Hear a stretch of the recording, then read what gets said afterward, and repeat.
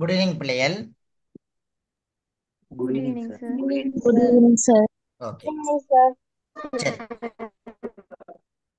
Okay, இப்ப என்னன்னு சொல்லி சொன்னால், இது வந்து இந்த மூதூர் பிள்ளைகளினுடைய புவியியல் பாட கல்வி மட்டத்தினை வந்து அதிகரிக்க வேணும், அவங்களுடைய ரிசல்ட்டை வந்து கொஞ்சம் கூட்ட வேணும்ன்றதன் ஒரு அடிப்படையில தான் வந்து இந்த பரீட்சைகள் வந்து நான் செய்து கொண்டிருக்கிறேன். இதுல வந்து முதலாவது பரீட்சை அந்த பிள்ளைகளுக்கு செய்து அவங்களுக்குரிய மார்க்ஸ்களும் நான் இங்க போடப்பட்டு இருக்குது. உங்களுக்கு நீங்க இப்ப ஸ்கிரீன்ல பாத்தீங்கன்னா உங்களுக்கு தெரியும்.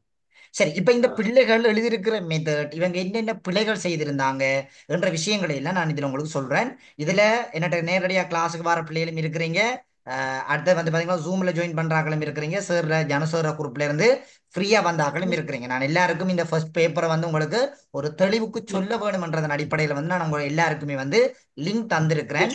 இப்ப சொல்ல போற விடயங்களை நல்ல வடிவா உள்வாங்கி நான் சொல்ற விஷயங்களை நல்ல வடிவா கேட்டீங்கன்னு சொல்லி சொன்னால், இருக்கிற இந்த 5 மாத காலத்தையும் நீங்க நல்ல வடிவா பயன்படுத்தி புவியியல்ல மிகச்சிறந்த பெறுபர்களை வந்து நீங்க பெற்றுக்கொள்ளக்கூடிய மாதிரி இருக்கும். சரிதானே? இப்ப நான் உங்களுக்கு எப்படி ஏத்திர சித்திகளை எப்படி நாங்க எடுக்கலாம், அதுக்குரிய இலகுவான வழி என்ன, அந்த விஷயங்கள் எல்லாம் நான் உங்களுக்கு இப்ப இதுல ஷேர் பண்ணுவேன். சோ எல்லாரும் நல்ல வடிவா கேட்டீங்கன்னு சொல்லி சொன்னால் சிம்பிளா நீங்க வந்து சிறந்த பெறுபர்களை வந்து எடுத்துக்கொள்ளக்கூடிய மாதிரி இருக்கும். சரி, இப்ப இந்த பிள்ளைகளை பத்தி கதைக்கிறேன். இதுல வந்து ஓகே, பாத்தீங்கன்னா என்னோட சொன்னா மொத்தமாக வந்து என்னட்ட கிளாஸுக்கு வர பிள்ளைகள்ல மொத்தமா வந்து பாத்தீங்கன்னா ஒரு 37 பிள்ளைகள் செய்தவங்க நிறைய பேர் இருக்கிறாங்க. சோ கொஞ்சம் பேர் எக்ஸாமுக்கு வர இல்ல. ஒரு 37 பேர் செய்திருந்தாங்க. ஏன்னா எக்ஸாம் செய்யறதால தான் எங்களுடைய லெவலை வந்து நாங்க கூட்டிக் கொள்ள முடியும். சரிதானே? ஓகே. இப்ப இதுல வந்து பாத்தீங்கன்னு சொல்லி சொன்னால் முதல் 3 இடத்தை வந்து பெற்றிருக்கிற பிள்ளைகளை வந்து பாத்தீங்கன்னா தெரியும். நான் இதுல ஸ்கூல் மென்ஷன் பண்ணையில.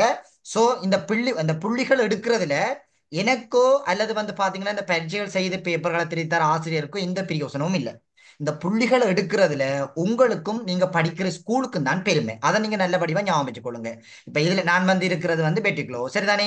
இப்ப நீங்க இதுல நல்ல பெறுபர்கள் எடுத்து கொடுத்தீங்கன்னா அது உங்களுக்கும் பெருமை, உங்க ஸ்கூலுக்கும் பெருமை. இப்ப நீங்க உதாரணமா வந்து இப்ப 92 எடுத்திருக்கிற இந்த ரஜந்தினி என்ற பிள்ளை நீங்க ஃபர்ஸ்ட் ரேங்க் எடுத்தீங்கன்னு சொன்னாலும் உங்க ஸ்கூலுக்கும் எனக்கு பெருமை இல்லை. அதை புவியியல் பாடம் படிப்பிக்கிற உங்களோட ஆசிரியருக்கும் உங்களோட ஸ்கூலுக்கும் உங்களோட ஊருக்கும் தான் அது ஒரு பெருமையாக இருக்கும்.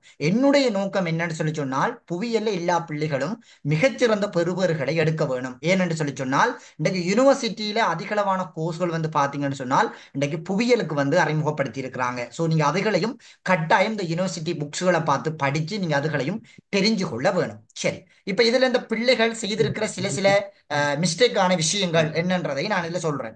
இப்ப இதுல உங்களுக்கு இந்த முதல் 3 இடத்தினையும் பெற்றிருக்கிற இந்த பிள்ளைகளை வந்து பாத்தீங்கன்னா நல்ல கெட்டித்தனமான பிள்ளைகள் தான் இவங்க. கெட்டித்தனம் இல்லைன்னு சொல்லி இயலாது. நல்ல தரமான கெட்டிக்கரமான பிள்ளைகள் தான் இவங்க. சரி, இதுல இந்த ரஜினி என்ற பிள்ளைகளை வந்து சொல்றேன். என்னன்னு சொன்னால் இந்த பிள்ளை வந்து நல்லபடியா பேப்பர் எழுதியிருந்தான். நான் இன்னும் ஒரு ஒரு கொடுத்து இந்த பேப்பரை திருத்திருந்தேன் நான். சோ அவர் சொன்ன விஷயம் என்னென்றால் இந்த பிள்ளை எழுதுற மெத்தட் ஓகே, போற வே வந்து சரியான வகையில் இருந்தது. இடவிலக்கப்படங்கள் விவரிக்கிறதெல்லாம் ஓகே, ஒரு பிரச்சனையும் இல்லை. இவ கொஞ்சம் உதாரணங்களை கூட வந்து கவனிச்சாள்னு சொல்லி சொன்னால் இவ இதே பெறுபர்களை ஃபைனல்ல வந்து பெறக்கூடிய தன்மைகள் வந்து காணப்படும். சரிதானே? அப்ப இந்த பிள்ளை இப்ப நீங்க கேட்டு திருப்பீங்க நினைக்கிறேன். ரஜேந்தினி இருக்கிறீங்க என்னோட ஜூம்ல வார்னீங்க. சோ இந்த ரஜேந்தினி நீங்க வடிவா நீங்க செய்யற மாதிரியே உங்களுடைய பேப்பர்களை தொடர்ச்சியா செய்து கொண்டு வந்தீங்கன்னு சொல்லி சொன்னால் நீங்க மூதுர்லயே இப்ப 3 பாடம் செய்ய வேணும். ஜியோகிராஃபி மட்டுமே எடுத்து பிரயோசனம் இல்ல.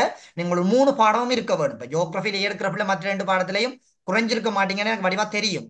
சரி, மற்ற 2 பாடையும் நீங்க ஈக்குவலா படிச்சீங்கன்னு சொல்லி சொன்னால் நீங்க மூதூர்ல நல்ல ஒரு ரிசல்ட் வந்து எடுக்கக்கூடிய தன்மைகள் வந்து இருக்கும். இதே போலதான் பட்டித்தர ஸ்கூல்லையும் ஒரு பிள்ளை வந்து 5,000 எடுத்தவன். நான் அந்த ஸ்கூலுக்கு மட்டும்தான் பேப்பர் செய்தனா. அந்த பிள்ளை 5,000 எடுத்தவன். அந்த பிள்ளையோட பேப்பர் எழுதுற மெதட்டே தெரியும். எப்படி எழுதுவா, என்ன மாதிரி செய்வா, எப்படி விஷயம் கொடுப்பா என்றது படிவா தெரியும். அப்ப இதே போலதான் மற்ற பிள்ளைகளும் மற்ற ஸ்கூலுக்கும் செய்ய வேணும் என்ற ஒரு நோக்கத்துக்காக சேரு. அப்ப ரஜேந்திரன் நீங்க கேட்டுக்கொண்டிருக்கிற பிள்ளை நல்ல படிவா கேட்டுக்கொள்ளுங்க. அடுத்தது பிரித்திகா. சரிதானே? இந்த பிரித்திகான்ற பிள்ளை செய்திருந்தது என்னன்னு சொல்லி சொன்னால் சில விஷயங்கள் இடவிலக்க படங்கள் ஓகே. இந்த பிள்ளையை பொறுத்த வரைக்கும் இடவிலக்க படங்கள் 100% பிரச்சனை இல்லை.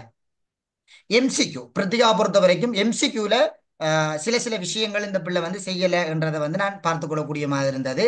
அதே நேரத்தில் வந்து பாத்தீங்கன்னு சொல்லி சொன்னால் இந்த செகண்ட் பார்ட்டை பொறுத்த வரைக்கும் உதாரணங்கள் கொடுத்து எழுதினால் இன்னும் புள்ளிகளை வந்து பெற்றுக்கொள்ளக்கூடிய மாதிரி இருக்கும். அடுத்தது தனுஷியா. இது 3 பேரும் 3 ஸ்கூல் பிள்ளைகளை. இதுல இருக்கிற 3 பேரும் 3 ஸ்கூல் பிள்ளைகள் தான் இருக்கிறீங்க. இப்ப இதுல வந்திருக்கிற மற்ற மற்ற பிள்ளைகள் இருக்கிறாங்க. இதுல நீங்க பாத்தீங்கன்னா விளங்கும். இதுல தனுஷியாவை பொறுத்த வரைக்கும் செகண்ட் பார்ட் வந்து எழுதியிருக்கிறீங்க பிரச்சனை இல்லை. எம்சிக்கு வந்து சரியான லோ. சரி, சரி. இடவிலக்கப்படங்களும் விவரிப்புகள் எல்லாம் சரியான வீக்கா இருக்கிறீங்க, சரிதானே? இப்ப அதுகளையும் கொஞ்சம் நம்ம கூட பார்த்தோம்னு சொல்லி சொன்னால் உங்களால வந்து இன்னும் நல்ல ஒரு பெறுபர்களை வந்து பெற்றுக்கொள்ளக்கூடிய மாதிரி இருக்கும். சரி, அதுக்கு அடுத்ததாக வந்து இருக்கிற பிள்ளைகளை வந்து பாத்தீங்கன்னு சொல்லி சொன்னால் ஆஹ் இதுல வந்து இந்த டிலக்ஸா வந்து பாத்தீங்கன்னா 2026ஆம் ஆண்டு பிள்ளை, நல்ல ஒரு கட்டித்தனமான ஆள். இந்த பிள்ளை இதே சரி. மாதிரி படிச்சுங்கன்னு சொல்லி சொன்னால் நல்ல பெறுபர்களை வந்து பெற்றுக்கொள்ளக்கூடிய மாதிரி இருக்கும். அதே நேரத்துல வந்து பதுசா, தனுசி அவங்களுடைய ரிசல்ட்டுகளை இதுல ஷோ பண்ற, நீங்க எல்லாருமே இதுல இருக்கிறீங்க. எல்லாரும் உங்களோட ரிசல்ட்டுகளை பாருங்க, நீங்க என்னென்னத்துல பிளவிட்டு இருக்கிறீங்க, என்னென்னத்துல இருந்து நான் நேரடியில வந்து உங்களுக்கு சொல்லுவேன். சொல்லிப்படுத்த நான் செகண்ட் பேப்பரும் உங்களுக்கு செய்யறதுக்கு இருக்கிறது. இப்ப இது வந்து முதலாவது பேப்பர், இதுக்கு அடுத்தது அவங்களுக்கு ரெண்டாவது பேப்பர், மூணாவது பேப்பர்னு சொல்லி இலவசமா தான் செய்யறேன். இப்ப நீங்க இதுல யோசிக்க கூடாது பெரிய காசு வாங்கி பெரிய பல்கா வாங்கி எல்லாம் செய்யறன்றது இல்ல. இந்த பிள்ளைகிட்ட பேப்பருக்கு மட்டும் தான் காசு வாங்கி செய்யறேன், அது உங்க எல்லாருக்குமே வடிவா தெரிஞ்சிருக்கும், சரிதானே? அப்ப இதுல வந்து பாத்தீங்கன்னா இந்த பிள்ளைகள்ல கிட்டத்தட்ட இதுல வந்து பாருங்க ஓவரால் ரிசல்ட் வந்து பாத்தீங்கன்னா விளங்கும். இதுல வந்து பாத்தீங்கன்னு சொல்லி சொன்னால் டபிள்யூ லெவல்லையும் இருக்கிறாங்க கொஞ்சம் பேர். இதுல வந்து பாத்தீங்கன்னா டபிள்யூ லெவல்லையும் இருக்கிறாங்க, எஸ் லெவல்லையும் இருக்கிறாங்க. இதுல பாத்தீங்கன்னா உங்களுக்கு விளங்கும், ஒவ்வொரு ஒரு ஆளையும் பாத்தீங்கன்னா உங்களுக்கு விளங்கும். இப்ப ஏத்துல வந்து பாத்தீங்கன்னா மொத்தமாக வந்து பாத்தீங்கன்னா ஒரு 12 பிள்ளைகள் இருக்கிறாங்க. இப்ப இவங்க இன்னும் படிவா படிச்சு கொண்டு போனாங்கன்னா இன்னும் ஒரு சிறந்த பெறுபேறுகளை வந்து பெற்றுக்கொள்ளக்கூடிய ஒரு நிலப்பாடு வந்து இருக்கும். இப்ப நான் உங்களுக்கு நேரடியில சொல்லுவேன், நீங்க உங்களோட பேப்பர் தரும்போது நீங்க என்னென்னத்துல பிளவிட்டுறீங்கன்னு சொல்றேன். இந்த டபிள்யூ எடுத்திருக்கிற இவ்வளவு பேரும் நல்லா விளையாடுறீங்கன்றதுதான் என்னுடைய கருத்து. இப்ப இதுல வச்சிருக்கிற இந்த 37 பிள்ளைகளுக்குள்ளே நீங்க டபிள்யூ எடுத்து நீங்க இப்படி பின்தங்கின நிலையில இருந்தீங்க என்றால் உங்களுடைய எதிர்காலம் என்னவாக இருக்கும்ன்றது ஒரு கணம் யோசியுங்க. சரிங்க, யூனிவர்சிட்டிக்கு தான் போகையில விடுங்க, ஓகே, யூனிவர்சிட்டி காலேஜுக்கு போகையில அதை விடுவோமே. நீங்க ஒரு வேலை கொண்டுக்கு போகும்போது ஒரு வேலை தளத்தில் உங்களுடைய ரிசல்ட் கேட்டால் நீங்க எப்படி சொல்ல போறீங்க உங்களோட ரிசல்ட்? உங்களோட ஊர்ல வந்து உங்களோட ரிசல்ட் கேட்டா எப்படி சொல்ல போறீங்க? 13 வருஷம் நீங்க நீங்க படிச்ச படிப்புக்கு டபிள்யூ ரிசல்ட் எடுத்தீங்க, ஏன் படிச்சு நீங்க 13 வருஷமும்? என்னுடைய கேள்வி அதான். 13 சரி. வருஷம் படிப்பிச்சு நீங்க டபிள்யூ என்ற ரிசல்ட் எடுத்தீங்க என்றால் உங்களுடைய படிப்பு அவ்வளவு சுத்த வேஸ்ட். நீங்க ஓஎல்ல 9 எடுத்திருந்தாலும் ஏஎல்ல டபிள்யூ எடுத்தீங்கன்னா சுத்த வேஸ்ட். நீங்க ஏஎல் ஓஎல்ல 9 எடுத்தது ஒரு பிரியோசனமும் இல்லாம போயிடும். அப்ப ஏஎல் தான் உங்களுடைய வாழ்க்கையை தீர்மானிக்கும்ன்றதுல நீங்க நல்ல படிவா கிளியரா விளங்கி வச்சிருக்க வேணும். உங்களோட ஏஎல்ன்றது உங்களோட வாழ்க்கைக்கு மிகவும் முக்கியமானது ஒரு விடயம்ன்றது வடிவா ஞாபகம் வச்சிருக்க வேணும். இதுல போட்டிருக்கிற எல்லாருமே உங்களுடைய ரிசல்ட்டுகளை பாருங்க, சரிதானே? படிக்காம விளையாடுனீங்க என்றால் உங்களோட வாழ்க்கையும் விளையாட்டா தான் போகும்ன்றதுல நல்ல வடிவா இருங்க. நான் பார்த்திருக்கிறேன், இதுல இருக்கிற இந்த 8 பேரும் வந்து பாத்தீங்கன்னா நீங்க இன்னுமே படிக்க ஸ்டார்ட் பண்ணல. இதுல இருக்கிற எல்லாருமே 2025ஆம் ஆண்டாக்கள் தான், சரிதானே? நான் கூட இறுக்கி பிடிப்பேன், இந்த 8 பேரை நான் கூட பார்த்திருக்கிறேன். இவங்க 8 பேரையும் நான் கடுமையா இருக்குவேன். நீங்க நல்லா விளையாடுறீங்கன்னு அர்த்தம், சரிதானே? அப்ப நீங்க 12ஆம் ஆண்டு முன்னுக்கு படிக்காம விட்டு இருக்கிறீங்க. உங்களுக்கு தெரியும், நான் இப்ப நேரத்துக்கு வந்தது உங்களுக்கு 13ஆம் ஆண்டு ஸ்டார்ட் பண்ணான். அப்ப 12ஆம் ஆண்டையும் உங்களுக்கு கிளியர் பண்ணி கொண்டு போக வேண்டிய நிலைப்பாடு இருக்குது. அப்ப நான் தார தார அலகுகளை முழுமையாக படிக்க வேணும். இந்த 8 பேருக்கும் நான் நேரடியில வந்து இருக்குது உங்களுக்கு பிறகு நான் நேரடியில வந்தா இருக்குது. அடுத்தது இந்த சார். எடுத்திருக்கிறாங்க சார். இவங்க பெரிய அவ்வளவு பெரிய பிரில்லியன்ட் சொல்ல மாட்டேன். இவங்களும் ஆக இந்த சார். ஓட்டுவல் இருக்கிற ஆக்கள் தான், சரிதானே? இவங்க சில சில விஷயங்களை மட்டும் சலப்பி கொண்டு போறது, ஒரு என்னன்ற ஒரு உப்பு சப்பு இல்லாம எழுதி கொண்டு போற தங்கட பாட்டுல தாங்க பெரிய கட்டுக்கணக்கு எழுதுறது. எழுதி போட்டு பார்த்தா அங்க விஷயம் இருக்காது. இப்படி எழுதுனா புள்ளி வருமா? ஒரு பிரியோசனமும் இல்லை. சார். சொல்லுங்க சார். என்னன்னு சொன்னா அதுல வீடியோவில் ஆன் பண்ணி இருக்காங்க, அவங்கள கொஞ்சம் கட் பண்ண சொல்லுங்க சார். அவங்களோட பிள்ளைகள் பேர் வந்து வீடியோ தேவையில்லை. மற்றது இதுல இருக்கிறதுல வந்து உங்களோட பேர் இல்லாமலாம் இருக்கிறீங்க. இது வந்து ஒரு மாணவர்களுக்கு மட்டும் உரிய ஒரு ஜூம் மீட்டிங். இதுல வேற யாரும் இருக்க வேணாம். இல்ல டீச்சர்ஸ் மாதிரி இருக்கிறாங்களோ அவங்களோ இருக்காங்களோ அது தெரியல, அது உங்களுக்கு தேவையில்லாது. இது பிள்ளைகளுக்கு சும்மா பேப்பர் காரணி செய்யப்படுற ஒரு விஷயம். தயவு செய்து மற்ற ஆக்கள் லெஃப்ட் ஆகி கொள்ளுங்க. உங்களோட பேரையும் ஒரு சேஞ்ச் பண்ணி கொள்ளுங்க ஃபர்ஸ்ட்டுக்கு. சரிதானே? ஓகே. பிள்ளைகள் அதை சார் சொன்னதை ஒருக்கா கவனத்துல கொள்ளுங்க. இது உங்களுக்கான பரீட்சை, இலவசமாக நடத்தப்படுற ஒரு விஷயம்.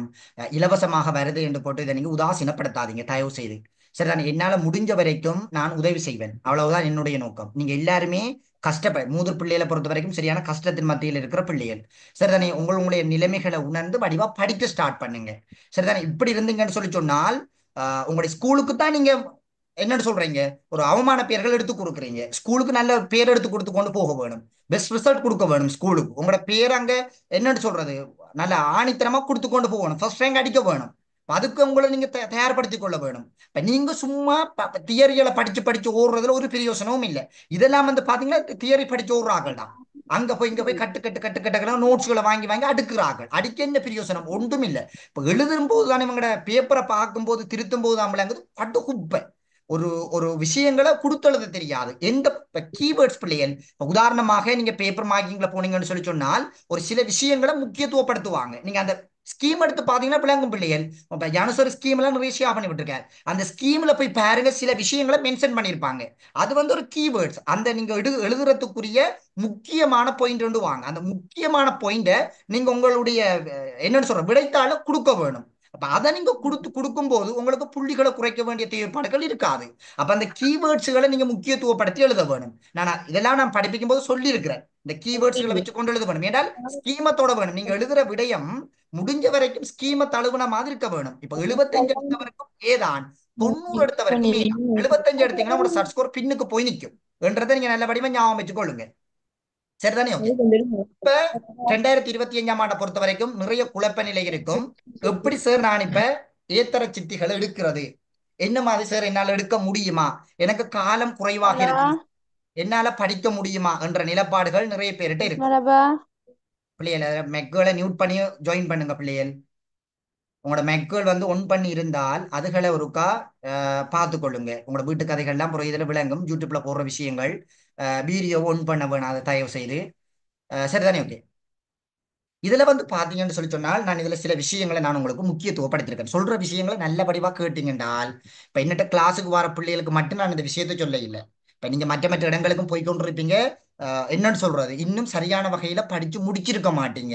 என்னன்னு படிக்கிறது, இப்ப இவ்வளவுதான் நான் படிச்சாலும் இவ்வளவுதான் கிளாஸுக்கு போனாலும் எனக்கு ரிசல்ட் வருது இல்லை சார். நான் நிறைய பிள்ளைகள் சொல்ற காரணம், இதுக்குரிய காரணம் என்னண்டா பிள்ளைகள், நீங்க எப்படி எழுதுறீங்க, உங்களோட பேப்பர்ல நீங்க எப்படி ஆன்சர் கொடுக்குறீங்கன்றதான் பிள்ளைகள். நீங்க 2 வருஷம் எழுதுறதுக்குரிய பெறுபேறுகள் உங்களுக்கு கிடைக்கப்படும். இப்ப உதாரணமா நீங்க 2 வருஷம் பயிற்சி, உங்களுக்காக ஏஎல்ல நீங்க ஏத்தர சித்திகள் எடுக்கணும்னா 2 வருஷமும் சரியான பயிற்சி பெற வேணும். அது எப்படி பயிற்சி பெறணும்ன்றதுல தான் எங்களுடைய ரிசல்ட் வந்து தங்கி இருக்குது. இப்ப நீங்க புவியியலை பொறுத்த வரைக்கும் எல்லாத்தையும் படிக்க வேண்டிய தேவைப்பாடுகள் இல்ல. அதை நீங்க படிப்பா ஞாபகம் வச்சுக் கொள்ளுங்க. சில பகுதிகள் மிக முக்கியத்துவமான பகுதிகள் இருக்குது. அந்த பகுதிகளுக்கு நீங்க கூட முக்கியத்துவம் கொடுக்க வேணும். சரிதானே? ஓகே. இப்ப எப்படி நான் ஏத்தர சித்திகள் எடுக்கிறதுன்றதை நான் சொல்றேன், படிவா ஞாபகம் வச்சுக் கொள்ளுங்க. முதலாவது பிள்ளைகள் ஏஎல பொறுத்த வரைக்கும் எல்லாருமே படிக்க மாட்டாங்க. முதலாவது விஷயத்தை படிவா ஞாபகம் வச்சுக் கொள்ளுங்க. இது ஒரு ஒரு என்னன்ற ஒரு டெக்னிக்கல். இப்ப எல்லாருமே ஏஎல் எடுக்கிற 1000 பேர் இருக்கிறாங்கன்னா 1000 பேரும் கட்டசி மட்டும் படிக்க மாட்டாங்க. சில பேர் கிளாஸுக்கு போகவே மாட்டாங்க. சில பேர் ஏனோ தானோ வந்து வருவாங்க ஸ்கூலுக்கு. இப்படியான நிறைய பிள்ளைகள் இருக்கும். இப்ப இதுல நம்ம 500 பேர் ரிஜெக்ட். இதுல நீங்க 1000 பேர் எடுத்தீங்கன்றால் 500 பேர் ரிஜெக்ட் ஆயிடுவாங்க. இப்ப 500 பேர் நம்ம எடுப்போம். இப்ப இந்த 500 பேர்லயும் எப்படி படிக்கிறாங்கன்ற மெதட் இருக்குது, எப்படி விடை எழுதுறாங்கன்ற மெதட் இருக்குது. அப்ப இந்த 2 மெதட்டையும் நீங்க பிடிக்க வேணும். இப்ப இந்த 500 பேர்ல எப்படி விடை எழுதுறாங்க, என்ன மாதிரி படிக்கிறாங்க என்ற மெதட் நாங்க பிடிக்க வேணும். இதுதான் என்னன்னு சொல்றது, நாங்க ரிசல்ட்டை கூட எடுக்கிறதுக்கு நாங்க முன்னுக்கு வரதுக்குரிய ஒரு மெதட். அப்ப நீங்க இந்த 500 பேர்ல வந்து பாத்தீங்கன்னா அதுல சில பேர் நோட்ஸ் மட்டும் படி படி படின்னு படிச்சுட்டு எக்ஸாமுக்கு போவாங்க. அங்க பேப்பரை பார்த்த உடனே கஷ்டம் என்ற ஒரு பதத்தை பயன்படுத்துவாங்க. சரிதானே? இந்த தியரிகளை மட்டும் படிச்சு கொண்டு போறாங்க. இதுல 2வது மெதட்ல இருக்கிற பிள்ளைகள் படுபயங்கரமான ஆக்கள். இவங்க தான் நமக்கு முக்கியமான ஆக்கள். யாருன்னு சொல்லி பாத்தீங்கன்றால் கூட தங்களை பயிற்சி வைக்குங்கள். எப்படி என்றால் நிறைய பேப்பர் செய்வாங்க. அதே நேரத்தில் வந்து பாத்தீங்கன்னா நிறைய டவுட் கேட்டு ஸ்கூல்ல படிப்பாங்க. நிறைய விஷயங்களை நோட் பண்ணுவாங்க. முக்கியமான விஷயங்களை கொடுத்து எழுதுவாங்க பேப்பர்ல. இவங்க தான் நமக்கு முக்கியமான ஆக்கள். இவங்களை நம்ம எப்படி தட்டி தூக்க வேணும் என்றதுல எங்கட என்னோட குறிக்கோள் இருக்க வேணும். இவங்களை நாங்க தூக்கிட்டோம் என்றால் நாங்க இவங்களுக்கு முன்னுக்கு போகலாம் என்றதுதான் எங்களுடைய நோக்கம். அப்ப நாங்க எப்படி எழுத போறோம், என்னென்ன விஷயங்களை கொடுத்து எழுத போறோம்ன்றதுதான் எங்களுடைய ரிசல்ட் வந்து தங்கி இருக்குது. அதை நீங்க முக்கியத்துவப்படுத்த வேணும். இதுக்கு நீங்க என்னத்தை பார்க்க வேணும் என்றால் ஸ்கீமை பாருங்க. தயவு செய்து ஒரிஜினல் ஸ்கீம் பாருங்க. நீங்க இப்ப என்னன்னு சொல்றது, இப்ப அஸ்டண்டையோ அல்லது வந்து ரோயல் அந்த பாஸ் பேப்பர் புத்தகத்தை பார்க்காம ஒரிஜினல் பாஸ் ஸ்கீமை பாருங்க. ஒரிஜினல் ஸ்கீம் பாத்தீங்கன்னா உங்களுக்கு விளங்கும் என்னென்ன விஷயங்களை அதுல நோட் பண்ணி இருக்கிறாங்க, என்னென்ன புது விஷயங்களை மாற்ற சொல்லி இருக்கிறாங்கன்ற விஷயங்கள் ஒரிஜினல் ஸ்கீம்ல தான் கொடுத்துருப்பாங்க. அப்ப அதுகளை நீங்க கூட முக்கியத்துவப்படுத்துங்க. நான் இப்ப பாஸ் பேப்பர் விளங்கப்படுத்தும் போதும் தெரிஞ்சிருக்கும் நிறைய பிள்ளைகளுக்கு, நான் அந்த பாஸ் பேப்பர்ல ஒரு விதமாக இருக்கும், ஸ்கீமில் ஒரு விதமாக இருக்கும். அப்ப நான் சொல்லியிருக்கேன் பிள்ளை, ஸ்கீம் தான் நமக்கு முக்கியம். பாஸ் பேப்பர்ல சில டைம்ல டைப்பிங் மிஸ்டேக்கள் வரலாம். அப்ப அதையும் பிள்ளைகிட்ட சொல்லி மாத்தி விட்டு இருக்கிறேன். அப்ப அந்த விஷயங்களை நீங்க கூட முக்கியத்துவப்படுத்த வேணும். அடுத்தது டீச்சர்ஸ் கைட்ல நிறைய பிழைகளும் இருக்குது. நாங்க அந்த பிழைகள் இருக்குன்றத நாங்க பிழைகள் இருக்குன்னு சொல்லிக் கொண்டிருக்கிறதுல எந்த பிரயோசனமும் இல்லை.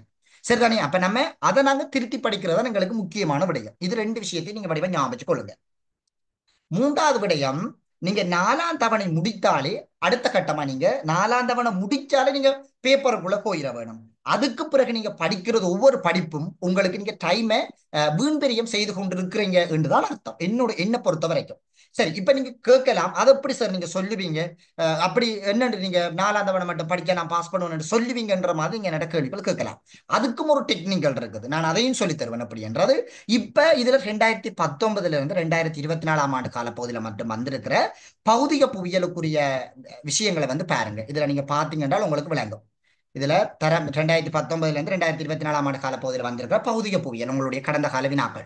இதுல 1ஆம் தவணை, 2ஆம் தவணை, 3ஆம் தவணை, 4ஆம் தவணை, 5ஆம் தவணை, 6ஆம் தவணை என்று சொல்லி நான் உங்களுக்கு இதுல தவணைகள் கொடுத்திருக்கிறேன்.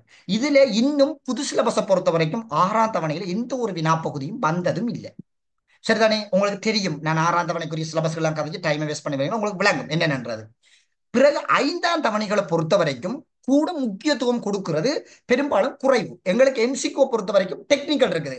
எம்சிக்கு செய்யறது நாங்க எதுக்கு கூட முக்கியத்துவம் கொடுக்க வேணும்ன்ற மெத்தட் எங்களுக்கு தெரிய வேணும். அதுவும் இன்னொரு டெக்னிக்கல் உண்டு. சரி, அதையும் நீங்க பார்க்க வேணும். எம்சிக்கு படிக்கும் போது எல்லாத்தையும் வாசிக்கணும், ஒரு கணம் வாசிக்கிற ஒரு கணம் மறந்து கொண்டு வரும். அப்ப அதுக்கும் பிரியோசனம் இல்லை.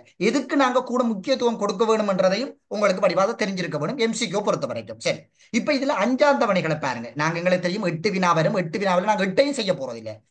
எங்களுக்கு தெரியும் 5 வினா தான் செய்ய போறோம். சரி, நீங்க 5ஆம் தவணைகளை என்ன செய்யலாம், பேப்பர் கிளாஸ் முடிச்சதுக்கு பிறகு 4 தவணைகளும் உங்களுக்கு நல்ல கிளியர், நான் பவர்ஃபுல்லா இருக்கிற 4 தவணைகளையும் என்றால் 5ஆம் தவணைகள் எடுத்து நோமலா வாசிச்சாலே விளங்கிடும்.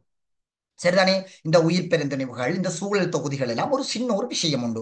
அதை நீங்க சும்மா நோமலா பார்த்தாலே உங்களுக்கு சிம்பிளாகவே விளங்கிக் கொள்ளக்கூடிய மாதிரி இருக்கும். இதுல கிடந்து பெரிய கஷ்டப்பட வேண்டிய தேவைப்பாடுகள் இல்லை. இப்ப இதுக்கு இடங்கள் எல்லாம் பாடமாக்குறதுக்கு எல்லாம் சின்ன சின்ன ஷார்ட் கட் இருக்குது.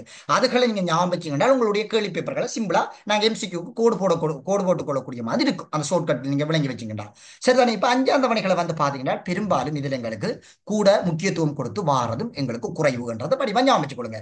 அப்ப இந்த 4ஆம் தவணைகள்ல இருந்து நீங்க நல்லபடியா கிளியர் ஆக வேணும். முதலாவது 12ஆம் ஆண்டு நல்லா கிளியர் பண்ணுங்க. 12ஆம் ஆண்டு நிறைய பேர் 13ஆம் ஆண்டு தான் படிக்கிறது, ஒரு பிரயோசனமும் இல்லை 13ஆம் ஆண்டு படிக்கிறதுல.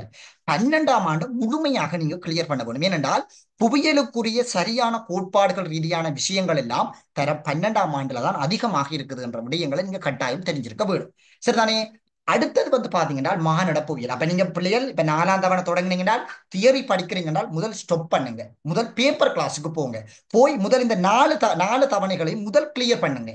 ஏன்னா எம்சிக்யூல கிட்டத்தட்ட 25 வினாக்கள் இந்த 4 தவணையில இருந்தால் உங்களுக்கு வரும். அதை நீங்க வடிவ ஞாபகம் வச்சுக்கொள்ளுங்க. சரிதானே? இப்ப இதே மாதிரி மாநாட போகையில நான் கதைக்கிறேன். அப்ப 5ஆம் தவணையும் 6ஆம் தவணையை விட நீங்க இந்த 4 தவணைகளுக்கும் கூட முக்கியத்துவம் கொடுத்து உங்களை நல்ல வடிவா தயார்படுத்திக் கொள்ளுங்க. இதைதான் பிள்ளைய 2024ஆம் ஆண்டுக்கும் கதைக்கிறேன். நீங்க வேணுமென்றால் அந்த ஆதாரங்களை இந்த யூடியூப் சேனல்ல போட்டிருக்கிறேன், போய் நீங்க நல்ல வடிவா பாருங்க. அந்த 2024ஆம் ஆண்டுகளுக்கு சொன்னது. இந்த 2024ஆம் ஆண்டுல இந்த 2 தவணையும் ஸ்டொப் பண்ணிட்டு நான் சொன்னதை கேட்டு இந்த 4 தவணையும் படிச்சிருந்தால் இவங்களுக்கு பேப்பரை சும்மா சிம்பிளா செஞ்சு கொண்டு போயிருக்குங்க. இதுல என்ன கஷ்டம்? இந்த 2024ஆம் ஆண்டுக்கு இதை சொன்னா நீங்க இந்த 2 தவணைகளையும் கூட முக்கியத்துவப்படுத்தி படியுங்க. சரிதானே? அப்ப வடிவ 4 கேள்வியுமே 4ஆம் தவணைக்குள்ளதான் இருக்குது இந்த 2024ஆம் ஆண்டு ஆக்களுக்கு. அப்ப இதை விட நாங்க என்னத்தை சொல்ல வேண்டி இருக்குது? அடுத்தது மானிட புவியியல். மானிட புவியியலை பொறுத்த வரைக்கும் பாருங்க, மானிட புவியியலை ஷா பண்ணியிருக்கிறேன். சரி, மானிட புவியியலை பொறுத்த வரைக்கும் ஒரு டெக்னிக்கல் இருக்குது. இப்ப நீங்க இதையும் நான் உங்களுக்கு ஷோ பண்ணியிருக்கேன் பாருங்க. இதுல இந்த பூகோளமயமாக்கம்ன்றது மிக முக்கியமான ஒரு பகுதி. அது ஏன் முக்கியமான பகுதின்றதை நாங்க பின்னுக்கு பார்ப்போம், ஏன் அது முக்கியம் அப்படின்றது. இங்க நீங்க கூட முக்கியத்துவம் கொடுக்க வேண்டியது 2 தவணைகளுக்கு மானிட புவியியல்ல. முதலாவது தவணைகள் எதென்று பாத்தீங்கன்னா 1ஆம் தவணை, அடுத்த தவணை பாத்தீங்கன்னா 5ஆம் தவணை. இது ரெண்டும் நீங்க கூட முக்கியத்துவம் கொடுக்க வேண்டிய தவணைகள். எது? இந்த 1ஆம் தவணைகளும் 5ஆம் தவணைகளும் மானிட புவியியலை பொறுத்த வரைக்கும். சரிதான்? வடிவம் ஞாபகம் கொள்ளுங்க. இதுல நீங்க கூட எங்களுக்கு தெரியும் கைத்தொழில் ஒன்று கட்டாயம் பெறும் பிள்ளைகள், அதுல எந்த விதமான மாற்றமும் இல்லை. எங்களுக்கு ஒவ்வொரு கைத்தொழில்களும் எங்களுக்கு கட்டாயம் பெறும். கொண்டு விட்ட ஒரு வருஷம் எங்களுக்கு கட்டாயம் கைத்தொழில்கள் எங்களுக்கு தொடர்ச்சியாக வந்து கொண்டே இருக்கும். வடிவா கைத்தொழில் வடிவா படிச்சு சனத்தொகையும் நல்ல வடிவா கிளியர் பண்ண முடியால் எங்களுக்கு சிம்பிளா எங்களுடைய பேப்பர்களை செய்து கொள்ளக்கூடிய மாதிரி இருக்கும். இப்ப நான் உங்களுக்கு கதைக்கிற விஷயங்களை யூடியூப்ல போடுவேன். 2026ஆம் ஆண்டாக்களுக்கு ஆதாரபூர்வமா காட்டுவேன். சரிதானே? இப்ப நான் உங்களுக்கு சொல்ற விஷயங்களை நல்லபடி போய் பாருங்க. இந்த கல்வியகம் என்ற யூடியூப் சேனல்ல போட்டிருக்கேன். அதுல ஒவ்வொரு எம்சிக்கும் எப்படி எது எதை எதை கூட முக்கியத்துவப்படுத்தி படிச்சா நாங்க சிம்பிளா மார்க்ஸ் எடுக்கலாம்ன்ற விஷயங்கள் எல்லாம் அந்த பிள்ளைகளுக்கு வடிவா கதைச்சிருக்கிறேன். இன்னும் நிறைய விஷயங்கள் இருக்குது பிள்ளைகள். நீங்க முதலாவது என்னோட உங்களோட ஸ்கீம் பாத்தீங்கன்னாலே உங்களுக்கு ஏத்தர சித்திகள் எடுக்கக்கூடிய வழிவகைகள் எல்லாம் அந்த ஸ்கீமே உங்களுக்கு கற்றுத்தரும். நீங்க நல்ல வடிவா அதுல கூட முக்கியத்துவப்படுத்தி படிச்சீங்கன்னா சரிதானே? ஓகே. அப்ப இந்த விஷயங்களை நீங்க கூட என்ன செய்யுங்கன்னு சொல்லி சொன்னால் முக்கியத்துவப்படுத்தி உங்களுக்கு வடிவா படிச்சு கொள்ளுங்க. இந்த ரெண்டு விஷயத்தையும் நான் ஜானுசருக்கும் கொடுத்திருக்கிறேன். இப்ப அனலைஸ் பண்ண விஷயங்களையும் ஜானுசருக்கு கொடுத்திருக்கிறேன். வடிவா படியுங்க. இருக்கிற காலம் இன்னும் உங்களுக்கு இன்னும் ஒரு 5 மாத காலங்கள் தான் உங்களுக்கு இன்னும் இருக்குது. அப்ப இதை கூட முக்கியத்துவப்படுத்தி படிச்சீங்கன்னால் சிம்பிளா உங்களால வந்து பெறுபர்களை பெற்றுக்கொள்ளக்கூடிய மாதிரி உங்களுக்கு இருக்கும். சரிதானே? ஓகே. இப்ப நம்ம குரூப் விஷயம் லிங்க் இருக்கிறேன் சாட் பாக்ஸ்ல. குரூப்ல இல்லாதாக்கள் ஆட் பண்ணிக்கொள்ள இயலும் அதுல. ஓ, அடுத்த பிள்ளைகள் இந்த ஜனசோர குரூப்ல நீங்க இல்லாத ஆக்களும் அந்த குரூப்ல வந்து ஜாயின் பண்ணுங்க கட்டாயம். இப்ப நான் வந்து பிள்ளைகள் ஒவ்வொரு ஆளையும் தேடி தேடி நான் போட இல்லாத சில விஷயங்கள் வரும்போது ஒவ்வொரு ஆளையும் தேடி தேடி போட இல்லாது. சரிதானே? அப்புறம் சில விஷயங்கள் வரும்போது சார் அந்த குரூப்லயே சில ஆசிரியர்களுடைய ஆலோசனைக்கு அதுல ஜூம் மீட்டிங்ல அதுலயே போடுவார். அப்ப நீங்க ஃப்ரீயா போய் ஜாயின் பண்ணி பார்த்து படிவா படியுங்க. இப்படி இன்னொரு விஷயம், இதுல நீங்க நேரடியா வாராக்கள் சில டைம்ல இருக்கிறீங்களோ எனக்கு தெரியாது. நேரடியா வார பிள்ளைகளை விட ஜூம்ல வர பிள்ளைகள் அதிகமான ரிசல்ட் எடுக்குதுகள். நீங்க எல்லாம் இன்னும் பழைய முறைகள்லாம் இருக்கிறீங்க. இந்த ஜூம்ல வர பிள்ளைகள் நிறைய விஷயங்களை தேடுதுகள். கெட்டித்தரமான பிள்ளை தான் ஜூமுக்கு வரும். அது படிவா தெரிஞ்ச ஒரு விஷயம் உண்டு. இந்த ஜூம்ல வர பிள்ளைகள் நிறைய விஷயங்களை தேடி தேடி தேடி தேடி தேடி படிக்குதுகள். இந்த ஜூம்ல போற ஆசிரியர்களும் என்ன செய்யணும்னா நிறைய விஷயங்களை தேடி கொடுப்பாங்க பிள்ளைகளுக்கும்.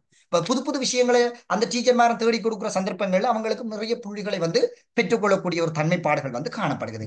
இன்னும் நிறைய விஷயங்கள் இருக்குது. புவியியல் பொறுத்த வரைக்கும் எப்படி நாங்க எதை நீங்க கூட முக்கியத்துவப்படுத்தி படிக்க வேணும் என்ற விஷயங்கள் எல்லாம் உங்களுக்கு இருக்குது. சரி, இப்ப நான் இந்த முதலாம் பேப்பர்ல வந்து பாத்தீங்கன்னா நான் எதை கூட முக்கியத்துவப்படுத்திருக்கேன்னு சொல்லி பாத்தீங்கன்னா நீங்க எந்தெந்த தவணைகளுக்கு எங்களுக்கு கூட முக்கியத்துவம் வழங்கப்பட வேணும் என்றதை நான் இதுல கூட மென்ஷன் பண்ணி கொண்டு போறேன். இந்த பேப்பர் குறிப்பாக நான் ஒரு 20 பேப்பர் செய்யறதுக்கு இருக்கிறேன். 1லிருந்து 20 மட்டும் ஒரு பேப்பர் செய்யறதுக்கு இருக்கிறேன். உங்களுக்கு ஒவ்வொரு ஞாயிற்றுக்கிழமையும் நடக்கும். சரிதானே? நான் 20 ஒவ்வொரு ஞாயிற்றுக்கிழமையும் இந்த பிள்ளைகளுக்கு செய்து செய்து நான் மார்க் கொடுத்து கடைசியில கிராஃப் ஒன்று கொடுப்பேன். நீங்க கடைசி டைம்ல வாங்க, நான் இந்த பிள்ளைகளை கிராஃப காட்டுறேன் எப்படி இருக்குதுன்றது. இப்ப கிராஃப் கொடுப்பேன். இப்ப டபுள்யூ எடுத்த பிள்ளை ஒரு பீத்தரட்சத்துக்கிட்ட வந்துட்டா என்றதுக்குரியதான் இந்த கிராஃப். இப்ப டபுள்யூ எடுக்கிற நிலைமையில நிக்கிறவங்க முதல் பரீட்சையில கிட்டத்தட்ட 20வது பரீட்சை வரும்போது இவங்க அவ்வளவு பேரும் எந்த லெவல்ல வாராங்க என்றதுதான் எனக்கு முக்கியமான விடயம். இப்ப இது நான் புவியியலுக்கு இவங்களுக்கு செய்து கொடுப்பேன். நீங்க எடுக்கிற மற்ற மற்ற பாடங்களுக்கும் உங்களை வளர்த்து கொண்டீங்கன்றால் நல்ல ஒரு பெறுபர்களை எடுத்து நல்ல நல்ல யூனிவர்சிட்டிக்கு போய் நல்ல நல்ல கோர்ஸுகளை முடிக்க கொள்ளக்கூடிய நிலைப்பாடுகள் உங்களுக்குள்ள வரும். சரிதானே? ஓகே. இப்ப நம்ம ஒவ்வொரு விஷயமா ஒவ்வொரு எம்சிக்யூவா நான் சில விஷயங்களுக்கு முக்கியத்துவப்படுத்தி சொல்லுவேன். இந்த விஷயங்கள் இந்த முறை உங்களுக்கு வரக்கூடியது என்று எதிர்பார்ப்பு ரீதியாக இருக்கிற விஷயங்கள் என்று சொன்னால் அதை நோட் பண்ணி அதை கட்டிக்காரத்தனமா படிச்சு கொள்ளுங்க. சரிதானே? ஓகே. இதுல உங்களுக்கு தெரிய வேணும், அறிவுறுத்தல்களை கட்டாயம் வாசிக்க வேணும். நிறைய பிள்ளைகள் இந்த அறிவுறுத்தல்களை வாசிக்கிறது இல்ல. கேள்விகளை எடுத்த உடனே பக்கு பக்கு பக்கு பண்ணி செய்து கொண்டு போறது பிள்ளைகள் அப்படியெல்லாம் செய்யவே கூடாது. முதலாவது உங்களுக்கு ஒரு மேலதிக 10 நிமிடங்கள் தருகிற சந்தர்ப்பங்களை நீங்க முதல்ல அறிவுறுத்தல்களை வாசிங்க. என்னென்ன கேள்விகள் எங்களுக்கு வந்திருக்குது, நீங்க எந்தெந்த கேள்விகளை வந்து எடுத்து செய்ய போறீங்க, உங்களுக்கு அந்த கேள்விகள் இருக்கிற எல்லாமே உங்களுக்கு விடைகள் தெரியக்கூடிய மாதிரி இருக்குதா, பிறகு செஞ்சு போட்டு வெட்டுறது. இந்த வெட்டுற ஆக்களுக்கு எல்லாம் பாரு இந்த பேப்பர் வச்சிருக்கிறேன். சரி, அந்த வெட்டி வெட்டி எழுதுற ஆக்களுக்கெல்லாம் பாருங்க பட்டு குப்பைகள் பேப்பரை பாக்குற டைம்ல. சரி, அந்த வெட்டி வெட்டி எல்லாம் எழுதாதீங்க பிள்ளைகள். பேப்பர் திருத்துறவங்களை நீங்களே சைக்காலஜி ரீதியாக ஒரு கட்டித்தனம் இல்லாத பிள்ளை என்றதை நிரூபிக்கிறீங்க. நீங்க அந்த குழம்பி குழம்பி எழுதுறீங்கன்றத கூட பேப்பர்ல நீங்க நிரூபிப்பீங்க. டீச்சர் மாருக்கு வெட்டுறது எழுதுறேன்டால் அந்த டீச்சர் நினைப்பா இவ ஏதோ சிறப்ப வலிக்கிற போறா. அப்ப இந்த பிள்ளையை நாங்க எப்படி பார்க்க வேணும் மென்டாலிட்டி ரீதியாகவே நீங்க அவங்களுக்கு சொல்லி கொடுக்குறீங்க. அப்ப நீங்க எழுதும் போது அக்குரேட்டா ஆணிவேரா சரியான வகையில ஸ்கீமை தழுவுற போது எழுதுனீங்கன்றால் உங்களுக்கு புள்ளிகள் 90க்கு மேல வரும். அதுல எந்த விதமான மாற்றமும் இல்லை. இதான் பிள்ளைகள் இந்த ஏத்திர சித்திகள் எடுத்து நல்ல நல்ல ரேங்க் நல்ல நல்ல சட் ஸ்கோர் எடுக்கிற பிள்ளைகள் எல்லாம் சில டெக்னிக்கல் வச்சிருப்பாங்க. அந்த டெக்னிக்கல் தான் இப்ப நான் உங்களுக்கு சொல்லி தந்திருக்கிற விடயம். நான் சொன்ன மாதிரி நீங்க 5000 பேரோடையும் நீங்க போட்டி போட போறது இல்லை. அந்த 5000 பேர்ல நீங்க போட்டி போட போறது ஒரு 200 பேரோட தான். அந்த 200 பேரையும் இப்படி தட்டி தூக்கணும்ன்றதை யோசிச்சுங்கன்றால் உங்களோட ரேங்க் 10க்குள்ள வந்து நிற்கும். இது நான் சொல்லி இருக்கிற நல்ல ஒரு விடயம் மட்டும் நீங்க நல்ல வடிவா கேட்டீங்கன்றால் உங்களால சரியான பெறுபர்களை பெற்றுக்கொள்ளக்கூடிய மாதிரி இருக்கும். சரிதானே? ஓகே. பாருங்க, அறிவுறுத்தல். இவ்வினாத்தாள் 3 பகுதிகளை கொண்டது. நான் பின்னுக்கு கொடுத்திருக்கிறேன். பகுதி ஒன்றில் 15 பல்வேறு வினாக்களை கொண்டுள்ளது. பகுதி ஒன்றிற்கான விடைகள் இவ்வினாத்தாளிலேயே எழுதப்பட வேண்டும். நான் இவங்களுக்கு பேப்பர்லாம் உங்களோட கையில தந்துட்டேன். நான் இது ஒரு இன்ட்ரடக்ஷனா தந்தேன். நீங்க எல்லாரும் அதை நிரப்பி என்னட்ட பேப்பர் தந்திருக்கீங்க. எழுதினாக்கள் எல்லார்ட்டையும் பேப்பர் இருக்குது, நோட் பண்ண வேணும். நான் வந்து பேப்பரை பார்ப்பேன். நான் சொன்ன விஷயங்கள் எல்லாம் நோட் பண்ணி இருக்கிறீங்களான்றது. பகுதி ஒன்றில் ஒவ்வொரு சரியான விடைக்கும் ஒரு புள்ளிகள் உரித்தாகும். பகுதி 2ல் 2 வினாக்களுக்கு விடையளித்தல் வேண்டும். நான் இதெல்லாம் படிவா உங்களுக்கு முன்னுக்கு சொல்லியிருக்கிறேன். பகுதி 3ல் 8 வினாக்கள் தரப்பட்டுள்ளன. அவற்றில் ஆனாவன மற்றும் ஈனா என பகுதிகளில் இருந்து ஒரு வினாவை கட்டாயமாக தெரிவு செய்வதோடு எல்லாமாக 5 வினாவுக்கு விடையளித்தல் வேண்டும். அப்ப நீங்க அந்த ஆனா ஆவண ஈனா பகுதிகளில் இருந்து கட்டாயமாக ஒரு வினாவினை தேர்ந்தெடுத்து நீங்க அதுக்கு கட்டாயமாக விடையெழுதி கொள்ள வேணும். இதுதான் நீங்க உங்களுக்கு சொல்லியிருக்க அறிவுறுத்தல்கள். இந்த 2024ஆம் ஆண்டு வந்திருக்கிற பேப்பர் மெத்தட் வேற. நீங்க அதை நிறைய பேர் நீங்க அவதானிச்சீங்களோ தெரியாது. நான் என்கிட்ட வர பிள்ளைகளுக்கு சொல்லியிருப்பேன். மெத்தட் வேற. எப்படி என்றால் இதுக்கு முன்னுக்கு கொடுத்த பேப்பர்கள் எல்லாம் விடவிலக்கப்படங்கள்ல மீட்டர்ல கொடுத்தாங்க. 2024ஆம் ஆண்டுகளுக்கு அடியில கொடுத்து விட்டாங்க. அறிவுறுத்தலை வாசிக்காம எழுதினாக்கள் எல்லாருமே டவுன். முதலாவது விஷயம். இரண்டாவது விஷயம், முதல் மூன்று வினாக்களை கொடுத்து விவரிக்க சொன்னாங்க. பாருங்க பேப்பர் எடுத்து 2024ஆம் ஆண்டு பேப்பர் எடுத்து மூன்று வினாக்களை கொடுத்து விவரிக்க சொன்னாங்க. ஆனா 2024ஆம் ஆண்டுக்கு 2 விடயங்களை கொடுத்து விளக்க சொல்லியிருக்காங்க. அப்ப அங்க கட்டாயமாக 3 விடயங்களை நீங்க வடிவாளத்திருப்பீங்கன்னா புள்ளிகள் உங்களுக்கு வழங்கப்பட்டிருக்கும். முதலாவது அந்த படங்கள் கொடுத்திருக்க வேணும், உதாரணங்கள் கொடுக்க வேணும், விளக்கம் கொடுக்க வேணும். நிறைய பிள்ளைகள் 2 புள்ளிக்கு பெரிய பந்தி கணக்கில் எழுதுறது. பிள்ளைகள் பந்தி கணக்கில் எழுதுற விஷயங்கள் இல்லை. புவியியலை பொறுத்த வரைக்கும் கேட்கிற கேள்விக்கு விட, அதுக்குரிய படம், அதுக்குரிய உதாரணம், இந்த 3 விடயங்களும் இருந்தால் உங்களுக்கு நல்ல புள்ளிகளை நீங்க பெற்றுக்கொள்ளக்கூடிய மாதிரி இருக்கும். இந்த 3 விஷயங்களையும் கட்டாயம் நீங்க பார்த்துக்கொள்ள வேணும். சரிதானே? ஓகே, இப்ப விஷயத்துக்குள்ள வருவோம். ஒவ்வொரு வினாவுக்குமான சரியான விடைகளை தெரிவு செய்து அதற்குரிய இலக்கத்தினை எதிரே உள்ள புள்ளிக்குட்டி எழுதுக. முதலாவது, ஒரு விஷயத்தை வாசிக்கும் போது கீவேர்ட்ஸை டக்குன்னு கெச் பண்ண வேணும். அது எப்படி நான் உங்களுக்கு எம்சிக்யூவை செய்யறதுன்ற மெதட் சொல்லித்தாரேன். இப்ப பாருங்க, முதலாவது இடவிளக்க படம் ஒன்றில் புற எல்லை தகவல்களை சரியாக எடுத்துக்காட்டும் விடையினை தெரிவு செய்க. முதலாவது எங்களுக்கு இதுல இருக்கிற இந்த விஷயம் எல்லாம் எங்களுக்கு தேவையில்லாத ஒன்று. இந்த விஷயம் எல்லாம் எங்களுக்கு எல்லாருக்கும் தெரிஞ்ச விஷயம் உண்டு. இந்த புவியல்ல இருக்கிற கீவேர்ட்ஸ் இந்த கீவேர்ட்ஸ் தான். எது? இடவிளக்க படத்தின் புற எல்லை தகவல். இதுதான் எங்களுக்கு இருக்கிறதுல எங்களோட சிலபஸ்ல இருக்கிற விஷயம். மற்றது எல்லாமே தேவையில்லை. சரியான விடைன்னு தெரிவு செய்ய கூடாது. இந்த விஷயம் உங்களுக்கு தெரியுமா என்றதை ஞாபகப்படுத்திக் கொள்ள வேண்டும். என்ன? இடவிளக்க படம் ஒன்றில் இருக்கிற புற எல்லை தகவல். சரி, நான் அதையும் நோமலா உங்களுக்கு கதைச்சு விடுறேன்.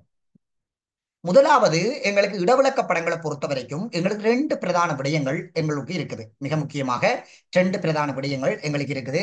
நான் இந்த ஹேண்ட் அவுட்லையும் இந்த 2026ஆம் ஆண்டு 25ஆம் ஆண்டுகளுக்கும் 1க்கு 50,000 என்றதுக்குரிய தனி ஹேண்ட் அவுட்டை தந்திருக்கிறேன். 1க்கு 50,000 என்றதனுடைய தனி ஹேண்ட் அவுட் ஒன்று தந்திருக்கேன். அதை ஒரிஜினல் இடவிளக்க படத்தை போட்டு வெளியெல்லை தகவல் என்ன இருக்குது, உள்ளெல்லை தகவல் என்னென்ன இருக்குதுன்றதெல்லாம் வடிவா உங்களுக்கு அதுல காட்டியிருக்கிற அந்த ஹேண்ட் அவுட் எடுத்து பார்த்தீங்கன்னா வடிவா விளங்கிக் கொள்ளக்கூடிய மாதிரி இருக்கும். சரி, இதுல புற எல்லை தகவல், வெளியெல்லை தகவல், வெளியமைந்த தகவல் இப்படியான பதங்களை பயன்படுத்துவாங்க இந்த புற எல்லை தகவலுக்கு. சரிதானே? வெளியெல்லை தகவல், புற எல்லை தகவல், வெளியில் அமைந்த தகவல், இப்படி எல்லாம் உங்களுக்கு என்ன செய்வாங்கன்னு சொன்னால் கீவேர்ட்ஸ்களை பயன்படுத்தி கேள்வி கேட்பாங்க. இது முதலாவது விடயம்.